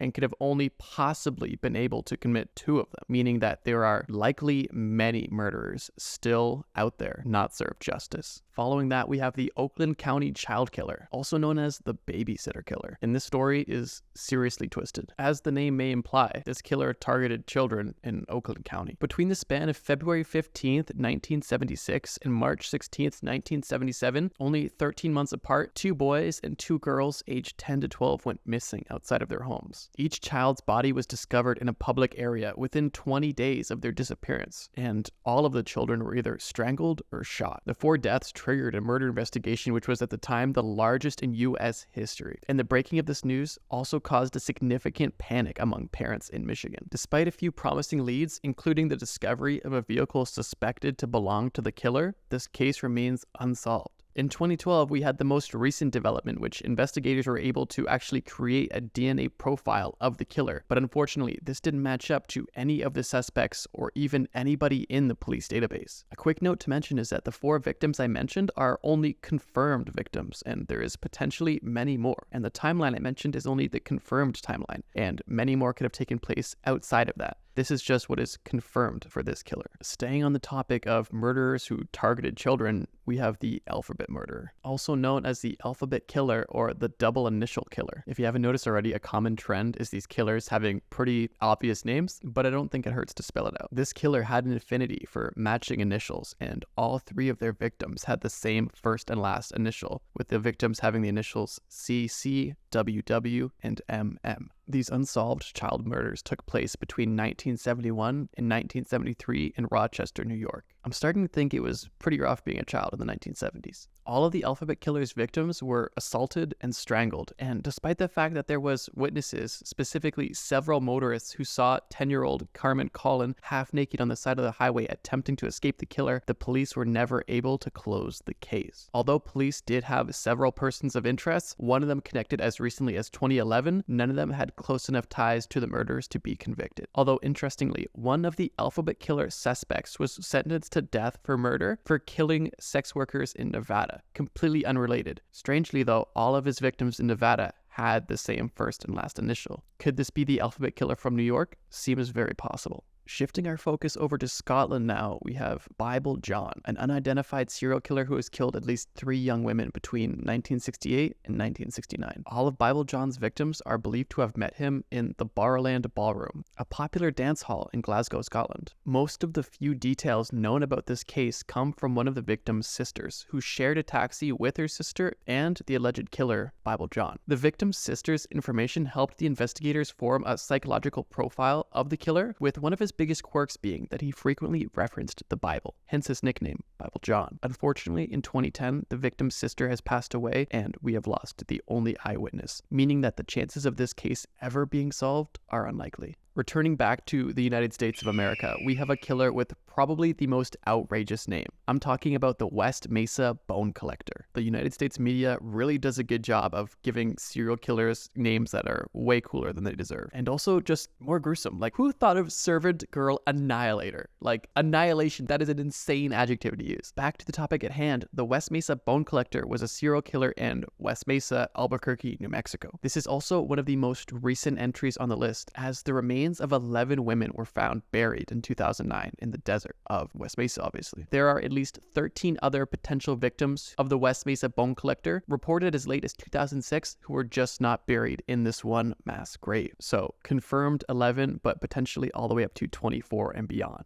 Like many on this list, the police considered several suspects, but lacked enough evidence to make a strong enough case against any one suspect. Some theories suggest that the West Mesa Bone Collector may actually be a group of people involved in running a sex trafficking ring, specifically because a lot of these victims were sex workers. As recent as 2021, the police have confirmed that the case is still active, and despite the fact that the police are still receiving 20 to 30 tips per year, there is no new evidence moving the case along. Truly unfortunate. If you haven't heard about any of the killers I've mentioned in this video so far, that's about to change, because the next 2 killers I'm going to discuss are arguably some of the most well-known serial killers of all time, and that starts with the Zodiac Killer. If that name rings a bell, you probably watched the 2007 Jake Gyllenhaal and Robert Downey Jr. blockbuster movie, Zodiac. That movie has no doubt made the Zodiac Killer the most infamous unsolved serial killer in all of American history. The Zodiac Killer has confirmed to have killed 5 victims and injured 2 victims across the span of 1968 and 1969, but he claims that he has killed up to 37. Now, you might be asking yourself, what do you mean claim? He wasn't caught. How did he talk to the police? Well, that's kind of where he got his name from. The Zodiac coined his name in a series of taunting messages that he mailed to regional newspapers, in which he threatened to go on killing sprees and bombings if they did not print his messages. Some of his letters included cryptographs and ciphers, in which the killer claimed that he was collecting the victims as slaves for the afterlife. This guy was twisted, and that's not even the start of it. Out of the 4 ciphers that the Zodiac made, 2 remain unsolved, and 1 was actually successfully cracked in 2020. Only 1 suspect has ever been named publicly by authorities, and due to the weirdness of this case and the sheer depth of the rabbit hole, there is a large public interest in this story. And I could honestly go on for hours about this with just publicly available information, but for the sake of this video, these are the important details. If this is interesting to you, I highly recommend you do some research on it, as the story does go deep. The last correspondence from the Zodiac Killer with any sort of publication was in 1974. The case has been marked inactive and then reactive a few times over the years, and in some places is still considered active to this very day. But unfortunately, even with all of the public interest, it is unlikely that this case will be solved. And now, the moment you've all been waiting for. Like I said, this video isn't in any specific order, but I did keep this one for last. One thing I will mention though is that this list isn't every single uncaught serial killer. Unfortunately, there is still a lot more that exist. I just couldn't make this video super long. But if you would like a part 2, I will gladly make it. And for the identity of our final killer, well, that's unknown. This is likely one of the most famous unknown serial killers, and also just serial killers to ever exist.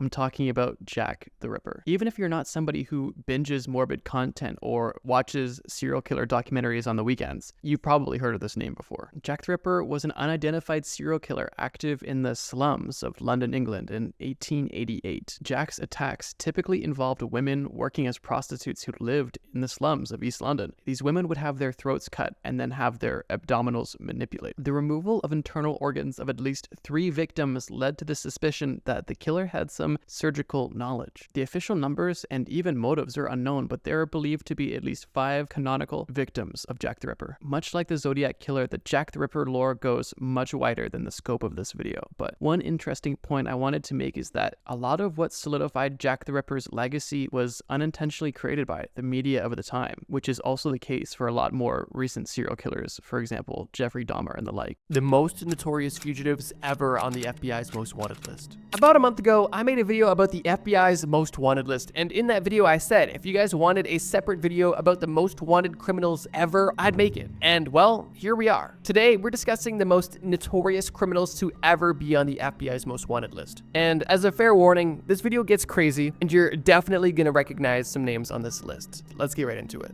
Thomas James Holden. I knew I had to put James at the very beginning of this list, well, because it was symbolic. Thomas James Holden was the first criminal ever to be on the FBI's most wanted list, and is very likely one of the reasons why this list was even invented in the first place. Thomas was a career criminal and started his life of crime long before the FBI's most wanted list was even established. In 1926, James Holden and his partner, Francis Keating, led the Holden-Keating gang. This gang specifically specialized in committing robberies. And they weren't your old-timey purse snatcher. They were robbing banks, hijacking trucks full of money, and even held up trains, among other things. Although this gang's reign of terror didn't last long, as 2 years later, in 1928, Holden and his partner were sentenced to 25 years in prison. Although after only serving 2 years, he escaped from prison and immediately started a new gang, where once again, his career continued, and he was robbing trains, buses, and banks up until 1931 when he was captured again. After his capture in 1931, Holden served time in Alcatraz and was later paroled in 1947. But of course, that's not where the story ends. In 1949, 2 years after being released from prison, Holden murdered not only his wife, but also 2 of her relatives during a domestic dispute. After committing these murders, he fled the state, and it was this horrific crime that earned him a spot on the first ever FBI's 10 most wanted fugitives list, which was officially released a year later in 1950. Holden was caught only a year later in Oregon, working a normal job and using a fake name. And after his trial, he was convicted of murder later that year. Holden died only a few years later while in prison. James was undoubtedly a horrible person, but I find this story interesting because his life of crime started long before the FBI's most wanted list. And it was partly his actions along with the actions of other career criminals that inspired the FBI to make a most wanted list, to get support from the public. And immediately after this first list was published, its usefulness became instantly obvious, as it took less than a year for the FBI to find Holden after murdering his wife and 2 other men. So yeah, Holden was the first man ever on the FBI's most wanted list, and for that reason, I knew I had to put him on this list, and I figured why not put him first. Quick note that this video is in no specific order. I'm not ranking these people. None of these criminals are better or worse than each other. I'm not going to incentivize that. These people don't deserve that. All of these people are horrible and have done horrible things. But yeah, let's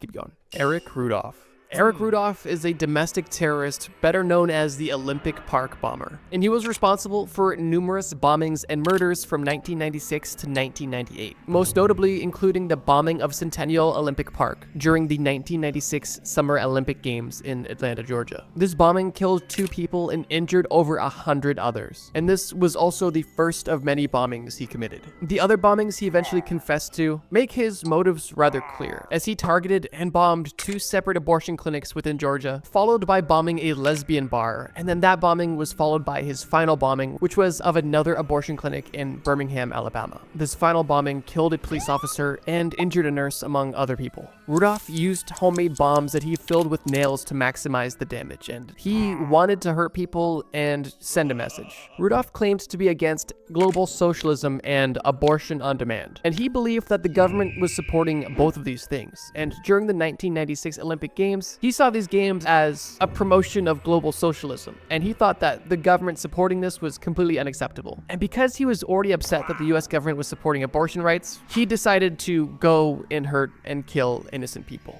What a lunatic. In 2005, Rudolph pled guilty to multiple homicide charges and actually received 4 consecutive life sentences as a part of a plea bargain. Yeah, that was his plea deal, 4 consecutive life sentences. However, this plea bargain did allow him to avoid the death sentence, which, I mean, I'll let you form your opinion on how you feel about that. Regardless, he is currently incarcerated at the ADX Florence Supermax prison in Colorado, and is also one of the most notorious criminals ever on the FBI's most wanted list.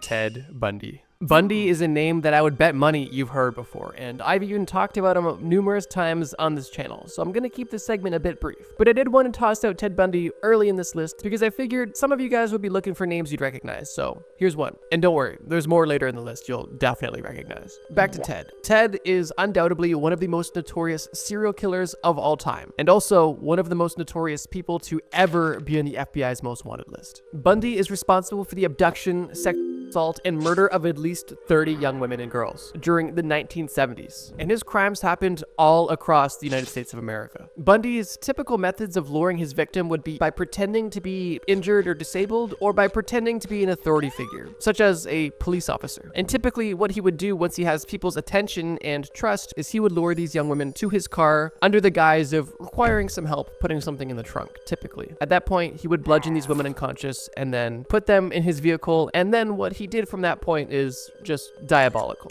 And it's very likely you already know what he was up to. Not only would he sexually assault and kill these women, but he would also sexually assault their dead bodies and even mutilate them, keeping parts of these bodies as trophies. And that's really only the tip of the iceberg when it comes to his depravity. Bundy was actually caught and escaped from prison twice, and on his third time in prison, he was eventually given the death penalty, where he was executed in 1989, ending his reign of terror. And if you're curious about exactly how Ted Bundy got caught, check out this video on screen after this video. I'll link it in the description for you. It's a video where I describe how the most infamous serial killers got caught. So yeah, Ted Bundy is not only one of the most notorious people ever on the FBI's most wanted list, he's also one of the most notorious serial killers and criminals of all time. And if you are familiar with his story, it's rather unfortunate how he was able to get away with his horrific acts for so long. But that's a story for a different video, and I have videos on my channel where I go into detail about that. Check out the serial killer series on this channel if you're interested. Let's keep moving. Victor Manuel Herrera. Victor is a notorious entry on the FBI's most wanted list for a few reasons. Firstly, because he was on the list for the longest time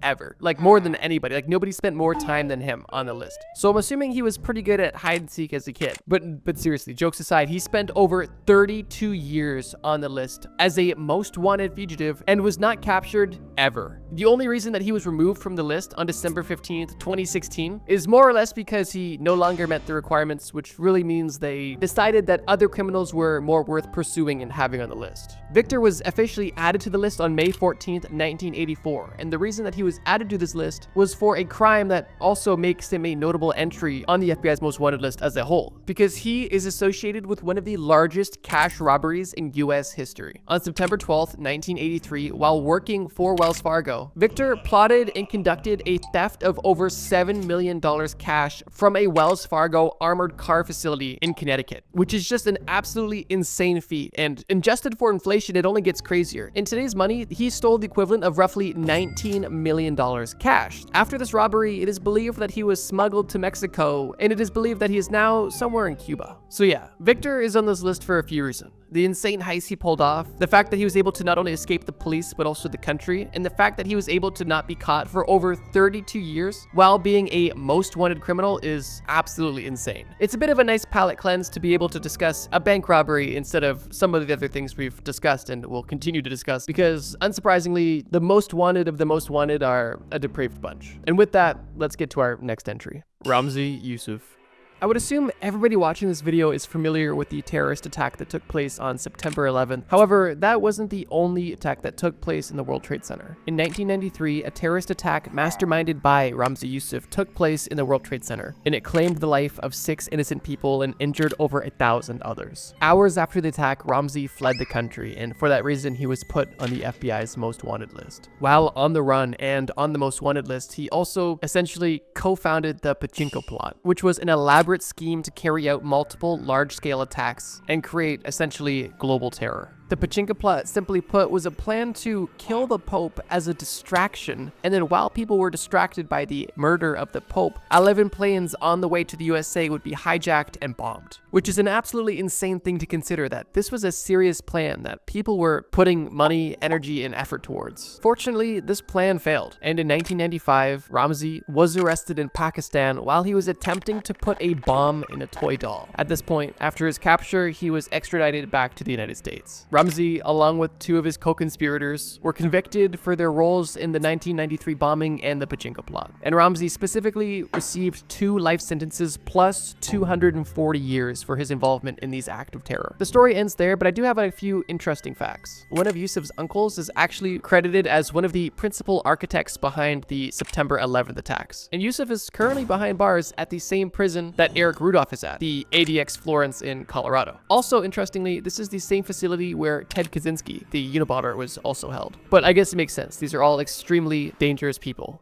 Rafael Caro Quintero. During the time that Rafael was on the FBI's most wanted list, he was actually the record holder for the highest reward offered by the FBI for information. That reward being $20 million, which now is a bit more common and that record has been broken, but at the time, the FBI was not messing around and they wanted this guy. For good reason too, as Rafael is one of the most notorious Mexican drug lords of all time and is the co-founder of the Guadalajara cartel, one of the earliest and most powerful drug trafficking organizations in Mexico. Rafael was a kingpin in the drug trade during its boom in the 1980s, known mostly for his brutal tactics and massive influence and power. Rafael is most infamous for his involvement in the 1985 kidnapping and murder of a DEA agent. And this specific murder severely strained the relationship between the US and Mexico. Fortunately, Rafael was caught and was sentenced to 40 years in prison, but unfortunately, he was actually released early in 2013 due to a legal technicality. That being that a lawyer argued that his trial should have been at the state level and not the federal level. And I suppose that was enough to have him released from jail, which is insane. When news broke that this drug lord who killed an American official was released from jail, all hell broke loose. And only days after his release, the Mexican and American governments put him back on the most wanted list. However, it did take them 9 years to catch him again. And from 2013 to 2022, he was a free man until he was once again captured by Mexican authorities in 2022 and was extradited back to the United States to stand trial, specifically for drug trafficking charges. Rafael's full story and list of crimes goes far beyond the scope of this video, but trust me when I say, not only did his story at the time make headlines, but he is also definitely one of the most dangerous and notorious entries ever on the FBI's most wanted list.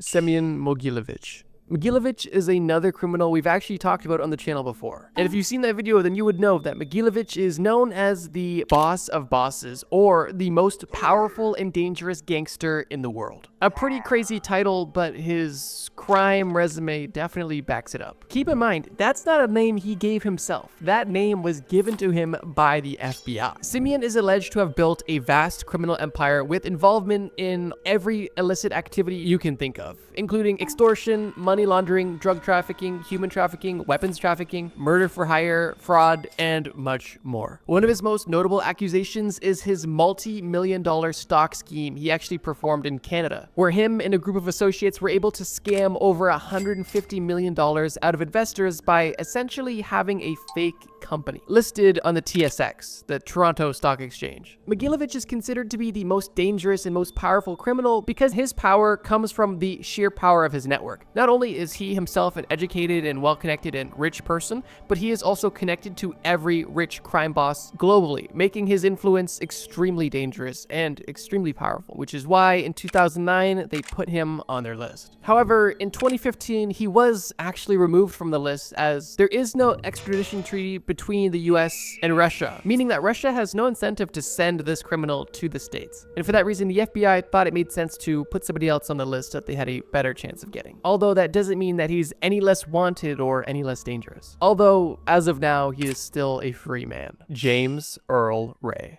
The infamy and story of this individual is likely the most interesting and twisted by far. James Earl Ray was a small-time criminal who was arrested and eventually escaped from jail. And a year after escaping from jail, he allegedly assassinated Martin Luther King Jr. on April 4th, 1968 in Memphis, Tennessee. Following this assassination, Ray fled the United States, got a Canadian passport, and then traveled to London where he was recognized and caught. And the following year, he pled guilty to the crime and was sentenced to 99 years. Now that is a very simple story, but that's where the lines begin to get blurred. Because although assassinating one of the most famous civil rights leaders of all time is definitely going to earn you a spot on this list, that's not quite what everybody believes. In 1977, Ray actually escaped from prison again, and this second escape from prison would put him back on the FBI's most wanted list. I kind of forgot to mention, but the first time he was put on the FBI's most wanted list was after his alleged assassination of Martin Luther King Jr. Regardless, after escaping from jail for a second time, he was caught after a 54-hour manhunt. Now, interestingly, after being re-caught and re-put in prison, Ray began to renounce his guilt, essentially saying the confession gave before wasn't true and I actually didn't do it. Now, this raised a lot of questions because at the time, and even to this day, people theorized that the death of Martin Luther King Jr. wasn't by some small-time criminal, but potentially by the government. Unfortunately, Ray never had any evidence to present that he wasn't guilty and that the government was. Most interestingly is that MLK Jr.'s family believe that Ray is not the killer, and they supported his motion to have a retrial and are very vocal about the fact that they believe that it was a government conspiracy. However, no matter how you feel about it, the judge, the government, the FBI ultimately decided that this was definitely Earl James Ray, and the case at that point was closed. Was James Earl Ray framed, or was he the assassin? I don't have an opinion on this yet, but I'm curious to know what you guys think. So yeah, James Earl Ray is one of the most notorious people on the list for allegedly assassinating one of the most famous figures in political history, and also for the conspiracy surrounding his alleged involvement. Crazy stuff, but we still got 2 more to cover.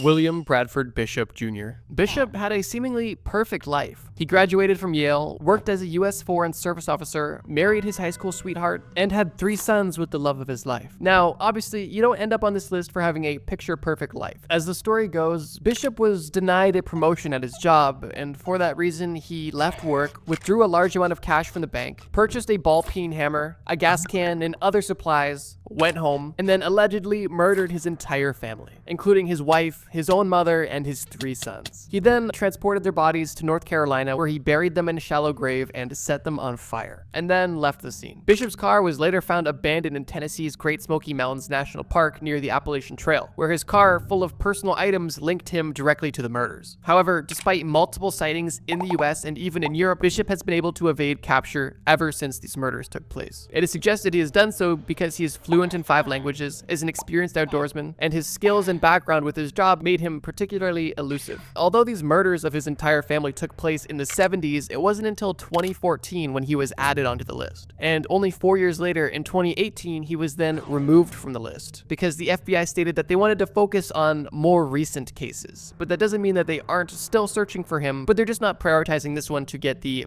most wanted list exposure. To this day, Bishop could still be alive, and at this point would be 89 years old. And it is rather unfortunate how he was never able to be brought to justice, and I find it a bit odd that he was added to the most wanted list so far after he committed such heinous activities and essentially got away with it. But regardless of timeliness, he was an entry on the FBI's most wanted list, and a very notorious one at that. Now, let's get into the final entry on this list. Osama bin Laden. While this video isn't in any particular ranking, I figured it made sense to put Osama last, as he is likely by far the most recognizable person on this entire list. Osama definitely didn't need the help of the FBI's most wanted list to gain notoriety, although it did help bring awareness about this terrifying individual. Osama bin Laden is the founder of Al-Qaeda, a militant organization responsible for numerous terrorist attacks, most famously including the September 11th attacks that killed nearly 3,000 people. And while that attack is how most people are aware of Osama bin Laden, his criminal history, and even his time spent on the FBI's most wanted list far predate the September 11th attacks. Osama was actually on the FBI's most wanted list as early as 1993, mostly because of his involvement in Al-Qaeda and the numerous terror attacks that they were committing, one of which being the Mogadishu bombing, in which Somali rebels trained by bin Laden and his partners killed 18 American servicemen. That same year, Osama was also tied to the first attack on the World Trade Center, the one that we discussed previously that was primarily masterminded by Yusuf. His ties to that attack and the Mogadishu bombing were more than enough to land him a spot on the most wanted list. But that's obviously not where the story ends. 2 years later, in 1995, he attempted to have the Egyptian president murdered, and in 1996, he bombed a US Air Force complex in Saudi Arabia. And then in 1998, over 200 people died as a result of bombings in the US embassies in both Kenya and Tanzania, both of which Al-Qaeda took credit for, which means that they were directly linked to bin Laden himself. And of course, most famously, on September 11th, 2001, bin Laden was tied to an attack that not only made him one of the most wanted people by the the FBI, but one of the most wanted and most known criminals in the entire world. And following that attack, the FBI put a $25 million reward on any information that would lead to the capture of Osama. From 2001 until 2011, Osama was able to live freely, although in hiding, until May 1st of 2011, when SEAL Team 6 stormed his compound and ended his reign of terror for good.